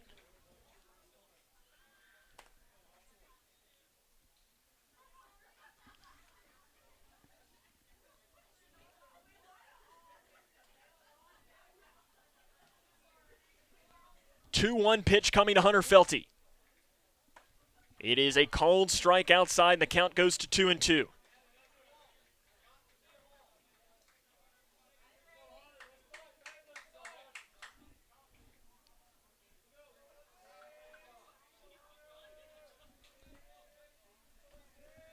The break even coming is a swing and a miss. Felty goes down on strikes for out number 2 here in this 5th inning. Chase Bonnock comes in. He got the inning going as he is 1 for 3 in the game. He got the inning started with a pop single into shallow center. That was a great at-bat.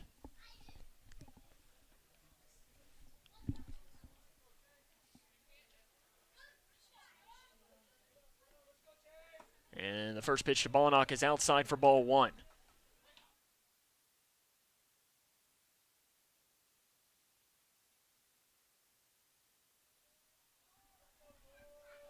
One-0 pitch coming to Bonnock from Nolan Mills. Andrew Butler, the winning run, stands in scoring position. It bounces away from Howard.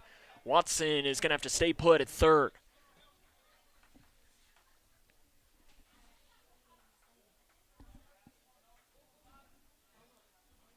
Two balls, no strikes, two down in the bottom of the fifth. 13-5, Grayson County leads the Raiders of Whitesville Trinity. Bonnock high for ball three. 3 balls and no strikes, 2 down. Standing in the on-deck circle is Landon Haycraft.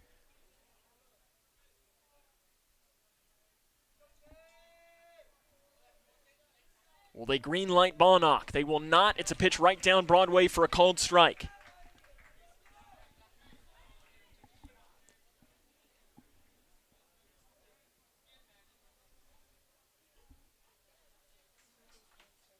Three balls, 1 strike. 2 down here in the bottom of the fifth inning. Pitch to Bonnock, misses high. The bases are going to be loaded for Landon Haycraft. With 2 down here in this inning, the winning run stands in scoring position.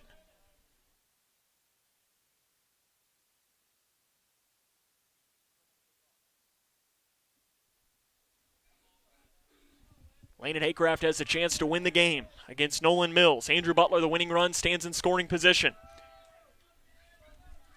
The first pitch here to Haycraft is a ground ball foul.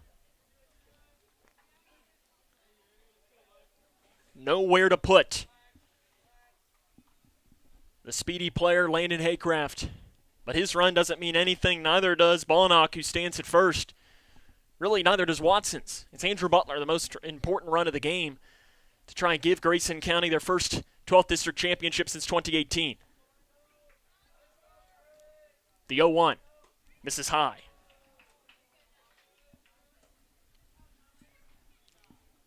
Grayson County 15-13. This win would also, clinch themselves with a winning season. In fact, they've already done that. They will at least finish 500. But this would give them the winning season. Haycraft, right side, it will go foul. So it's 1 ball, 2 strikes.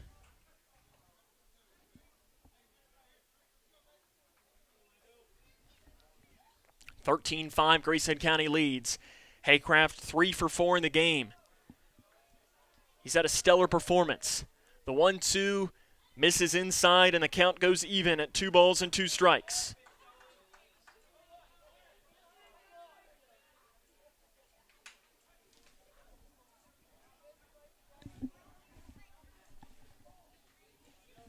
Two balls, 2 strikes, 2 down. Bases loaded.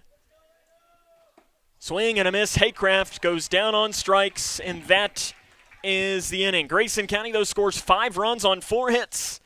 And we head to the 6th inning. It's 13-5, Cougs on top. This is Cougar Baseball on K105.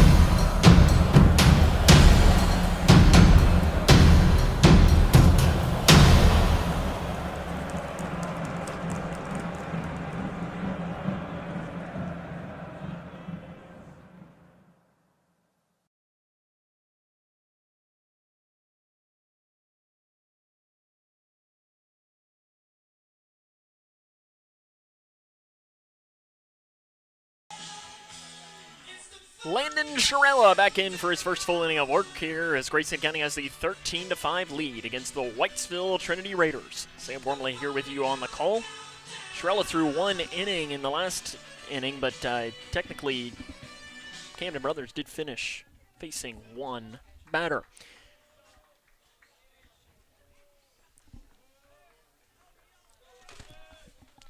As Shirella comes in, he will face Will Hernandez, the 9-hole hitter, to lead off here in this inning.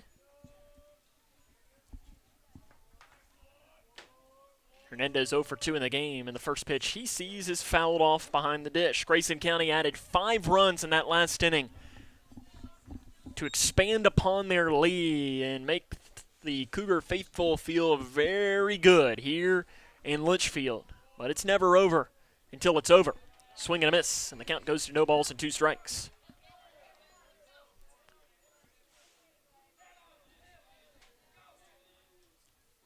Shirella feeling really good out of the mound, nice and loose. The 0-2 misses outside.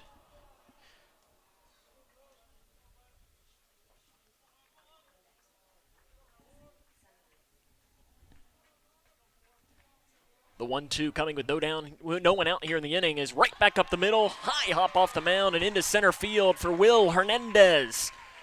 And the lineup flips back over to the top. And it'll be the leadoff hitter Hayden All to hit now for the Raiders. All 0 for 2 in the game. He's been hit by a pitch, grounded out, and he's struck out.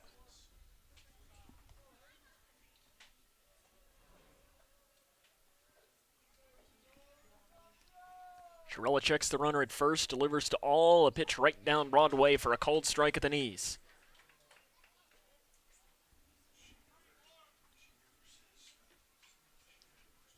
All the center fielder, as Grayson County is shaded for him to pull out in the outfield. Inside it bounces. Nice stick behind the plate, though, by the catcher, Haycraft, to make sure no one could advance.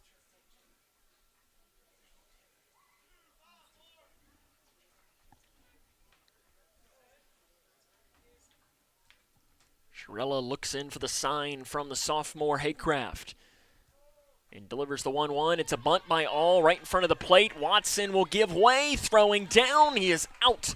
At first is All on the sacrifice bunt.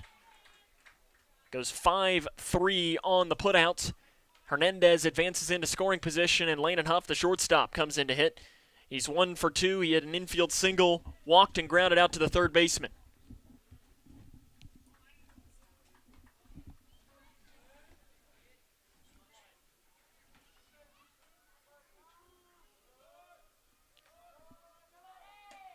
Pitch outside, misses. This very well could be the last time Landon Huff ever faces Grayson County in a game. And he's been a thorn in the side. It was very similar to Cassidy Morris for the Lady Raiders. Just a phenomenal player in multiple sports. And that misses low. You know, if the Raiders had a fall sport for Huff to participate in, if it was soccer or football, I guarantee he'd have been one of their best players. The 2-0 is low and gets away from Shirella. And he's falling behind in the count at 3 balls and no strikes.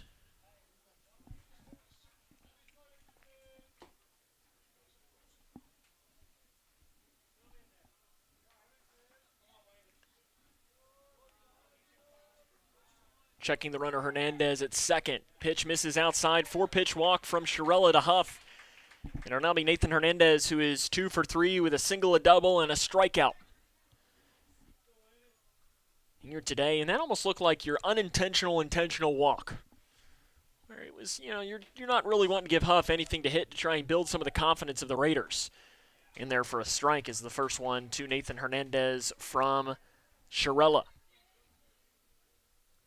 Shirella, of course, has had a big game as well, swinging the bat. Multiple RBIs. Hernandez watches the pitch outside, and the count goes to 1-1.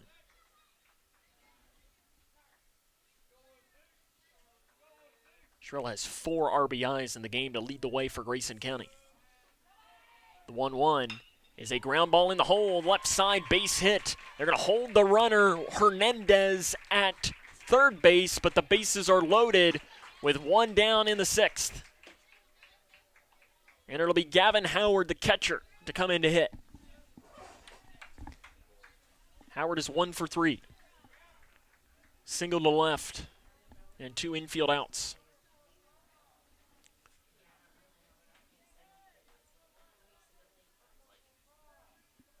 First pitch from Shirella is outside for ball 1.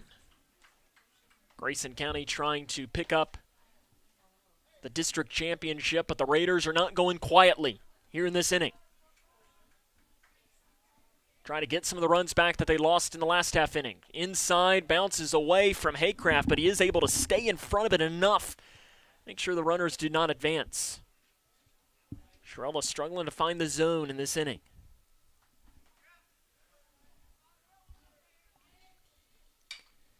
Pop fly into right center field. Hunter Felty curls over. He drops the ball. He drops the ball out in right field. That's going to play to run. And the bases will remain loaded with 1 out.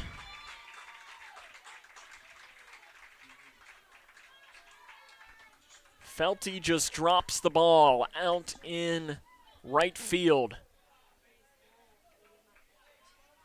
And that makes it 13-6. Nolan Mills, the pitcher, comes in. 0 for 2. First pitch is a cold strike. Mills is grounded out to third, struck out and walked against the Cougar pitching staff. The 0-1 coming is a beautiful 12-6 curveball called strike. We haven't seen that yet from Shirella. And he had that in the game against Butler County last week, working to perfection. Let's see if they'll continue to go with it. The 0-2, he goes fastball inside, and it just misses hitting Mills. Bases loaded.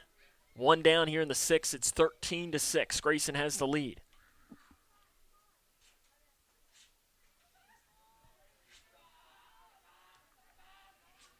The 1-2 misses high.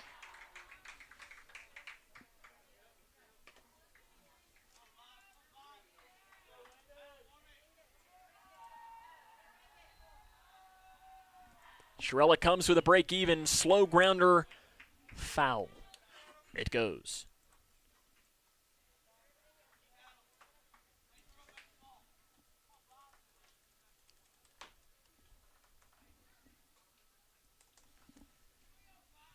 The break-even with 1 down in the inning is a fly ball ripped into left center field. Brothers runs it down. Great play by Camden Brothers. Coming in to score will be Huff. And that was a heck of a rundown by Camden Brothers out in center field. That's out number 2, but it does make it 13. Stephen James, 1 for 1 with a pair of walks and a single. And they're going to say that he did not tag up in time, but the umpires disagree and said he did.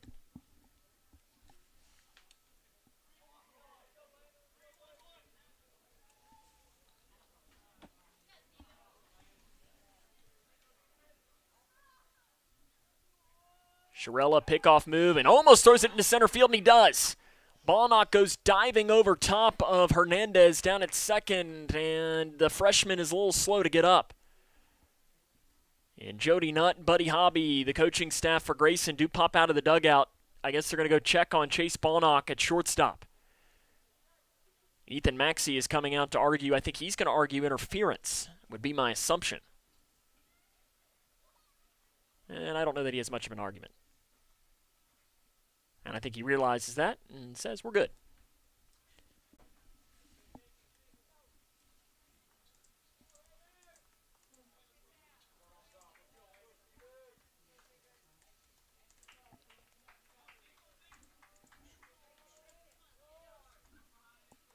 Shirella.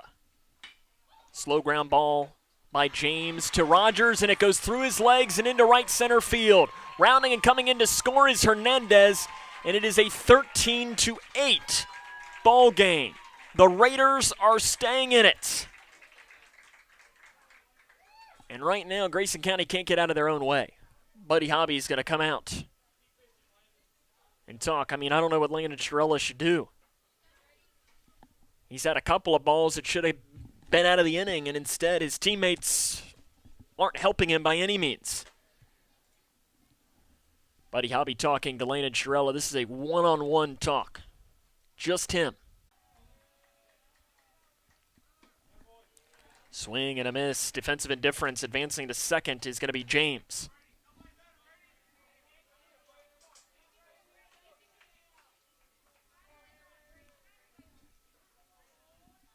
The 1-1. Breaking ball, the 12-6 in there for a strike. Top of the 6th inning. Shirella trying to work out of the jam.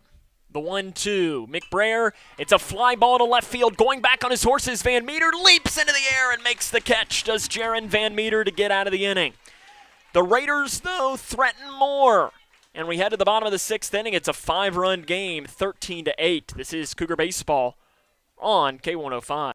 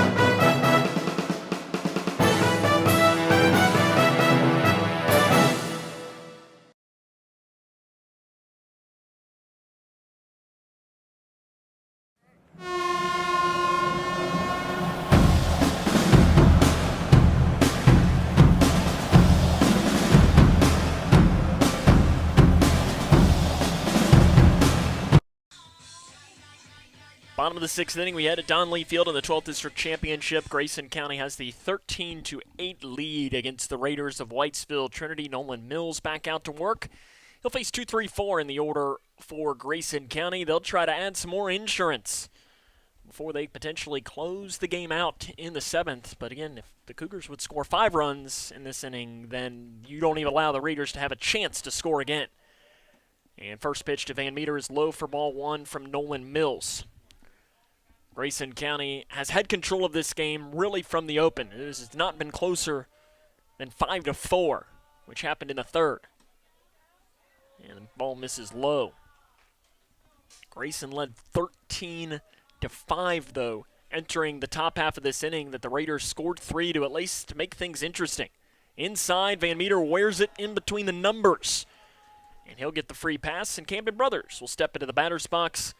Brothers grounded out to shortstop in his first plate appearance. Since that point, hit by pitch, walk, walk. I think if you're Grayson County, you're going to be very aggressive on the base paths.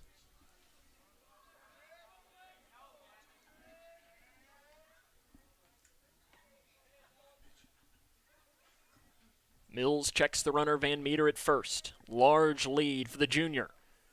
Inside pitch misses from Mills to Brothers. Brothers got the start on the mound for Grayson County and had an up-and-down performance went 4+ innings before Landon Shirella came in to relieve him.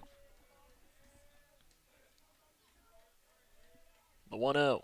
Off and running is Van Meter. The pitch is low, and he'll have it stolen easily. No throw. As Howard on the pop lost it on the transfer. And Van Meter reaches in, and coming out is Ethan Maxey, the head coach from Whitesville Trinity, to talk to his senior pitcher, Nolan Mills.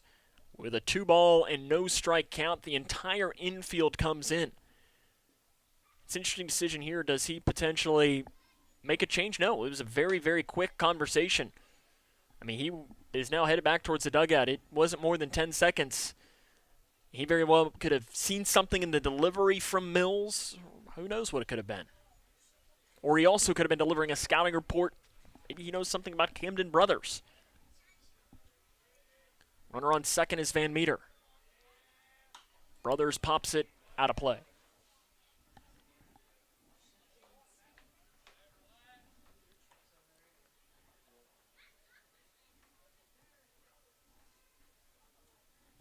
Whitesville Trinity has never won the 12th District Championship. Grayson County hasn't since 2018. And that's ripped foul down the left field line. Smacks off the walls here at Donley Field are made out of sheet metal. And you could hear the bang from up here. It probably didn't pick up on the microphone, but might have to go down there and check and see if there's a dent in the sheet metal, because that was smacked down the line. Here comes the break even with nobody down in the inning. Mills to Brothers. Brothers swings, and it's a fly ball into deep center field. All has it red and goes back to make it for the first out of the inning. Van Meter was running on the play and had to scurry on back to second base. That's one out. And it'll now be the pitcher, Landon Shirella, who already has 4 RBIs and 3 hits in the game. Shirella playing really, really well today. All 3 of his hits have been singles, but he's crossing runners. Could he add another RBI? Pitch way outside it goes, and Howard had to pop out of the stance and reach the left hand out to grab it. Shirella does have pop in his bat. When he was 11 years old, he won a home run derby that was held for the region, or finished in 3rd place in the home run derby in South Bend, Indiana, that was played at the stadium where the South Bend Cubs play. He finished in 3rd place in that out of a regional competition. The 2-0 is outside. Van Meter digging for third. The throw, the tag, he is out. Van Meter caught stealing down at third base. Going to go 2-5 on the putout, and that is out number 2 in the inning. For Whitesville Trinity in the next inning, where they will need to find some runs to keep themselves in the game. As here comes the 3-0, is a swing and a miss. The 3-0 Leo is a foul ball into the glove. Shirella swinging at the 3-0 pitch. You don't usually see that from Grayson County. There'll be 8-9-1 in the order for the Raiders. It'll be Fitzgerald, Hernandez, and All.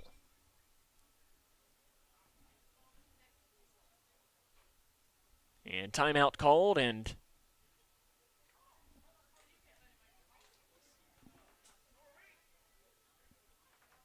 I'm not sure what the argument is here. The umpire said something to the Whitesville Trinity dugout, and all the Whitesville Trinity fans started laughing, so I'm not particularly sure as to what the argument is. I guess it is, he said something about the Grayson County dugout can't make a decision. I'm not sure what it is. The 3-1 is high. Shirella works a walk.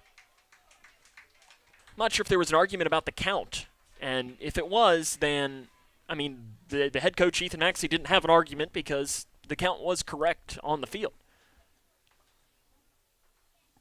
And now we have somebody pointing down. I think somebody was taking a picture down the first base line, and some flash was going off. So they're going to say, whoever's taking the pictures, make sure there's no flash photography. Be Eli Watson to hit for Grayson County. He's 0 for 3 in the game, flown out to left field twice, reached on an error, and been hit by a pitch. Landon Shirella stands on first base. And Watson, crushes it. It is well foul. Somebody very smartly parked their truck all the way down in that corner, and Eli Watson almost was going to owe him a new windshield. And that is a poke. And somebody probably thought, I'm being smart parking all the way down that way. The 0-1 is a breaking ball that misses inside.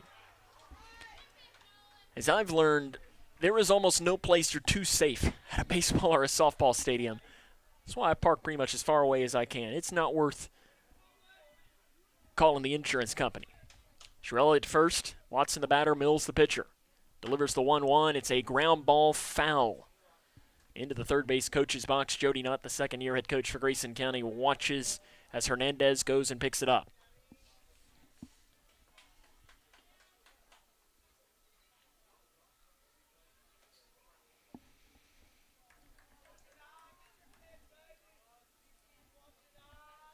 Here comes the 1-2 to Watson. It's a hard ground ball to the third baseman, Hernandez. He gets it on the hop, throws across the diamond, and that is the inning. We head to the final frame.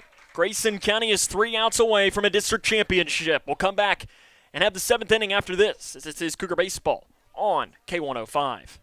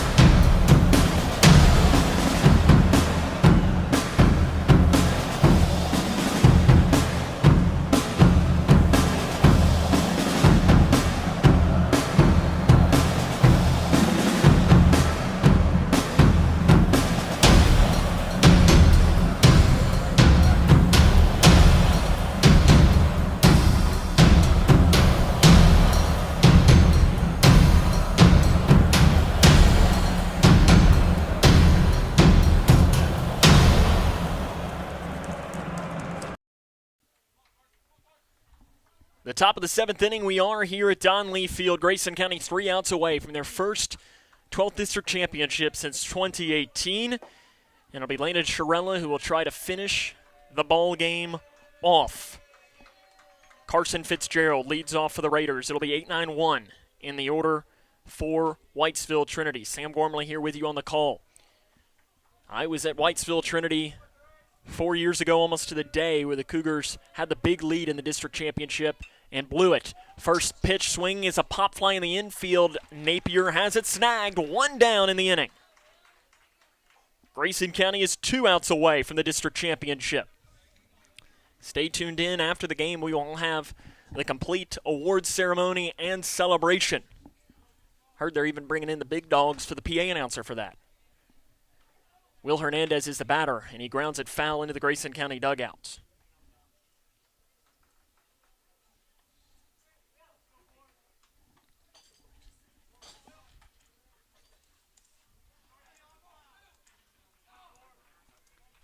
Shirella delivers the 0-1. Ground ball, base hit right field by Will Hernandez, his second hit of the game. And the Raiders are not going to go quietly here in this 7th inning.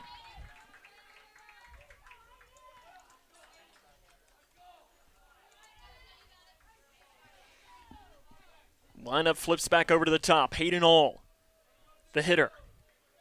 He is 0 for 2 in the game. He had a sacrifice bunt in his last plate appearance. And the breaking ball doesn't get enough break and misses high. And the count is 1 ball and no strikes. Grayson County only lost one district game all season. It was here at Donley Field to Edmondson County. They've run through the district since that point. All fouls it off. I do want to make sure that I mention that a score update to bring you in softball in the top of the first inning. It is early. 2 down in the top of the first inning. Grayson County leads Edmondson County 2-0. Keep you updated at the K105 Sports Twitter of that game. The 1-1 is outside. 2 balls and 1 strike. Butler County did win in their game. They have already advanced to the district championship. 2 balls, 1 strike. Landon Shirella delivers to Hayden All. It is a slow grounder foul. The break even will come next here with 1 down in the inning. Will Hernandez stands on first base. Landon Huff stands in the on-deck circle. The break even. In there, sit down, strike 3, down on strikes, and the Raiders are down to their final outs with 2 down here in the top of the 7th inning, and it'll go towards their best hitter, Landon Huff. Huff is 1 for 2, walked twice and singled to second. Huff committed and signed to do his collegiate career at Brescia. Landon Shirella. There's a ground ball in the hole. Diving play off the glove of Bonnock. No, he makes it, throws to first, and it is not in time. Backside, no throw. What a play by Chase Bonnock at shortstop to almost make another one. That will go down as an infield single, though. Nathan Hernandez comes into the box. 3 for 4 today.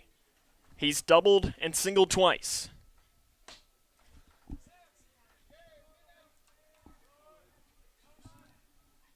The pitch is a called strike.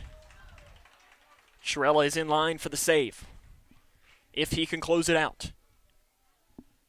Be his 2nd of the season. The lefty looks in for the sign. Delivers to Hernandez. The breaking ball in there for a strike. 1 pitch away is Grayson County. They've dreamed of this moment. This team has wanted a chance since blowing the game in 2019. The 0-2 pitch. Swing and a miss! And the 12th District Championship is coming home to Litchfield. A swing and a miss. Grayson County, for the first time since 2018, wins the 12th District Championship by a final score of 13-8. The Cougs are champions of the district. A light celebration happens on the mound. Primarily, it is just hugs, handshakes, and everything goes around. Grayson County wins the 12th District Championship for the first time since 2018. The celebration probably will continue out beyond the mound as the team is running that way. Our coverage is only just now beginning as we will continue on 12th District Tournament coverage as some celebration is happening. A couple of players are running into the dugout.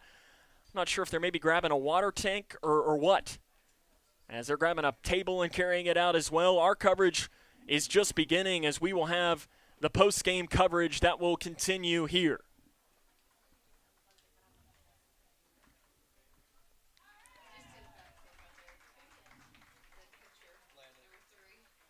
Landon Haycraft apparently has done a backflip, and oh yeah, we're going to have the water they're hiding, I think, the water tank that is coming, and they're probably going to get Jody Nutt with it. Here is Grayson County. They have it hidden. I don't think Jody Nutt knows exactly where it is, but Grayson County has won the 12th District Championship, and he's hiding right now. As they're writing right now, Jody Nutt is hiding at home plate, and I think he's about to know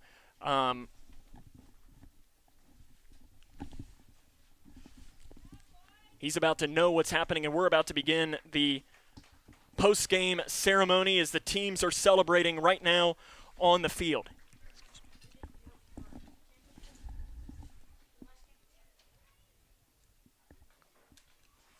As they're bringing up the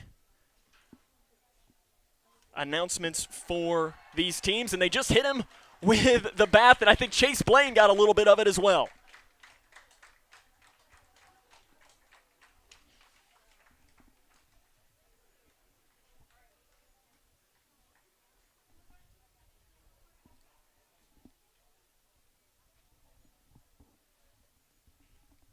as the celebration is continuing right now out at home plate. Again, your final score, Grayson County wins the game 13-8. As we're getting closer to beginning the ceremony, as once they give us the right of way, we will make sure to let it begin. As Jason Kincaid, the athletic director, is getting ready to take the table out, and he's going to set it up before we get rolling. Again, your final score, Grayson County wins the 12th District Championship by a final score of 13-8, as the celebration is just beginning here on campus at Don Lee Field.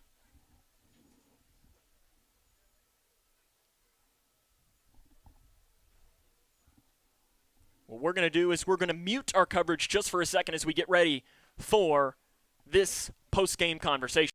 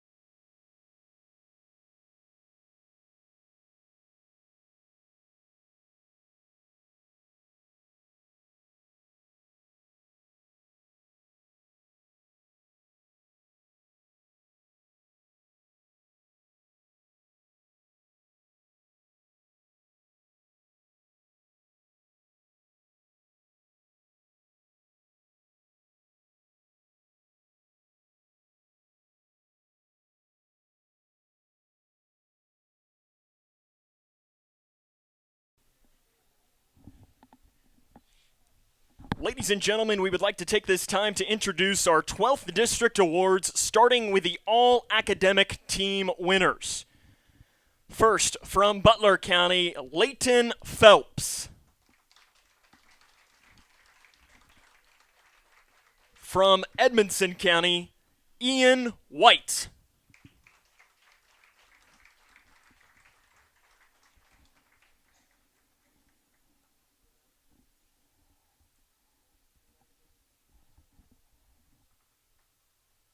From Grayson County, Landon Sharella.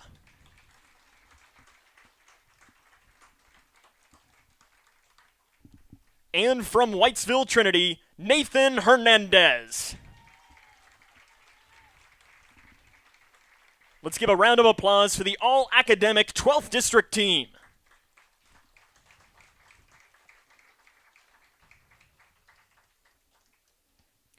At this time, we'll let the picture get taken. At this time, we would like to announce the 12th District All-Seasonal Team.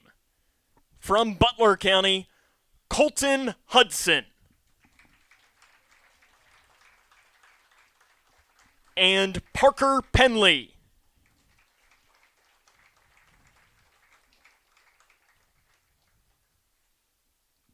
From Edmondson County, Hunter Wilson and Andrew Talley.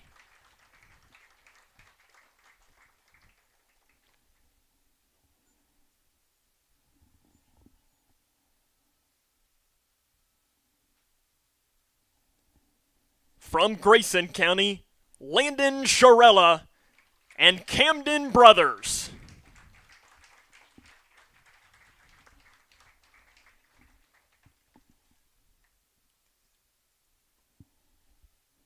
From Trinity, Landon Huff and Gavin Howard.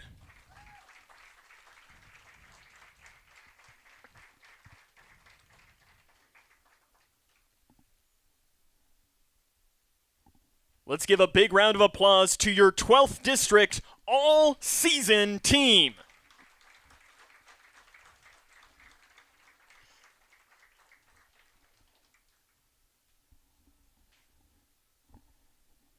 Now, we will introduce the 12th District All-Tournament team. From Butler County, Colton Hudson.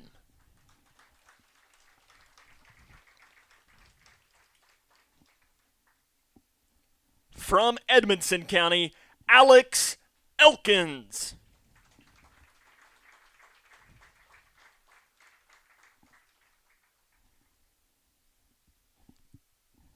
From the runner-up, Trinity, Gavin Howard and Landon Huff.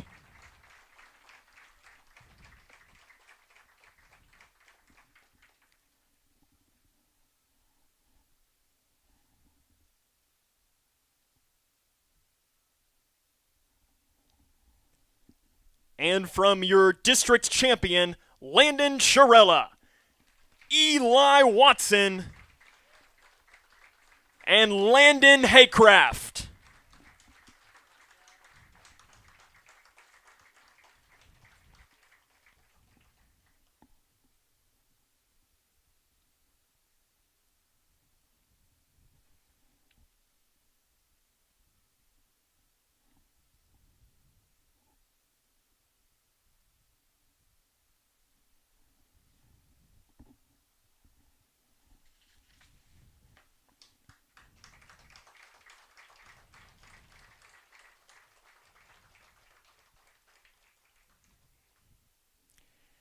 And now, finally, we would like to recognize the 2023 12th District runner-up, the Whitesville Trinity Raiders.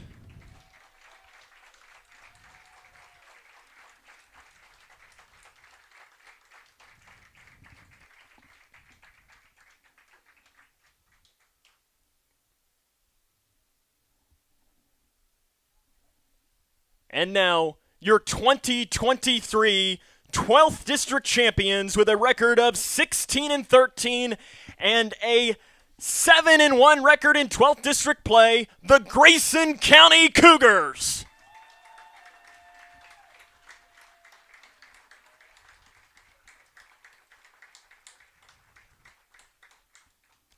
Let's give a round of applause for both of these teams and wish them the best of luck as they represent the 12th District in next week's 3rd Region Tournament that begins on Saturday at Hancock County. Thank you for attending the 12th District Tournament here at Grayson County High School. Please drive home safely. That wraps up the ceremony here for both of these teams. What we will do is take a break and have more here and wrap the game up after this. Again, your 12th District champions are the Grayson County Cougars following a win against Whitesville Trinity. We'll come back. If you're watching, well, I guess you are watching with us, we're going to keep the stream rolling and just have it muted for you, but we're going to figure it out as we go along. Again, Grayson County wins the game tonight by a final score of 13-8. This is the 12th District Baseball Tournament on K105.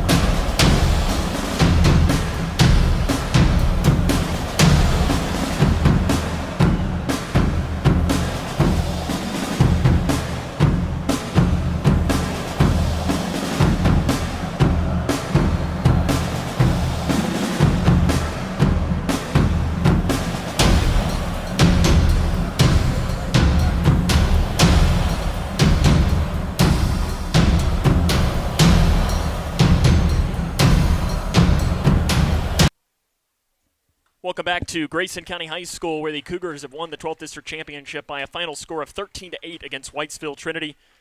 Your final line score for the Raiders, 8 runs on 9 hits and 3 errors. For Grayson County, 13 runs, 12 hits, and 5 errors. The winning pitcher for Grayson County is Camden Brothers. He goes 4 innings, 5 hits, 5 runs, 3 earned, 4 strikeouts, and 5 walks. Landon Shirella gets the save. 4 hits, 3 runs, none of them earned, 3 strikeouts, and 1 walk. The loss is settled to Gavin Howard. He goes 2 2/3 of an inning, 7 hits, 8 runs, 6 earned, a strikeout, 3 walks. Brady McBrayer came in relief of him, 1 1/3, 4 hits, 5 runs, 5 earned, 1 strikeout, and 2 walks. And Nolan Mills threw 2 innings with a hit, 2 strikeouts, and a walk. The stats for Whitesville Trinity: 2 RBIs for Gavin Howard, 1 each for Nolan Mills and Stephen James. For Grayson County, 4 for Landon Shirella, 2 each for Camden Brothers, Andrew Butler, and Landon Haycraft. Grayson County will play now in the 3rd Region Tournament. That game will come up, and they will play on Saturday. The draw is scheduled for Thursday. That's when they'll find out who their opponent will be. A score update that I can look down and bring you as we're wrapping up. The Lady Cougars are up 3-2 in the bottom of the 2nd inning against Edmondson County. Our coverage on Saturday begins the 3rd Region Tournament for softball. We'll have the coverage of the entire tournament beginning on Saturday with all of the games, but we want to wish the Cougar baseball team the absolute best of luck as they represent the 12th District in the 3rd Region Tournament beginning on Saturday. That'll wrap up our coverage tonight here from Grayson County High School. I want to thank the K105 Digital Productions crew for their hard work. Your camera operator making his debut today was Eli Smith, and your director was Jaden Kinney. So tonight, where Grayson County wins the 12th District Championship by a final score of 13-8, this is Sam Gormley saying, so long, everyone.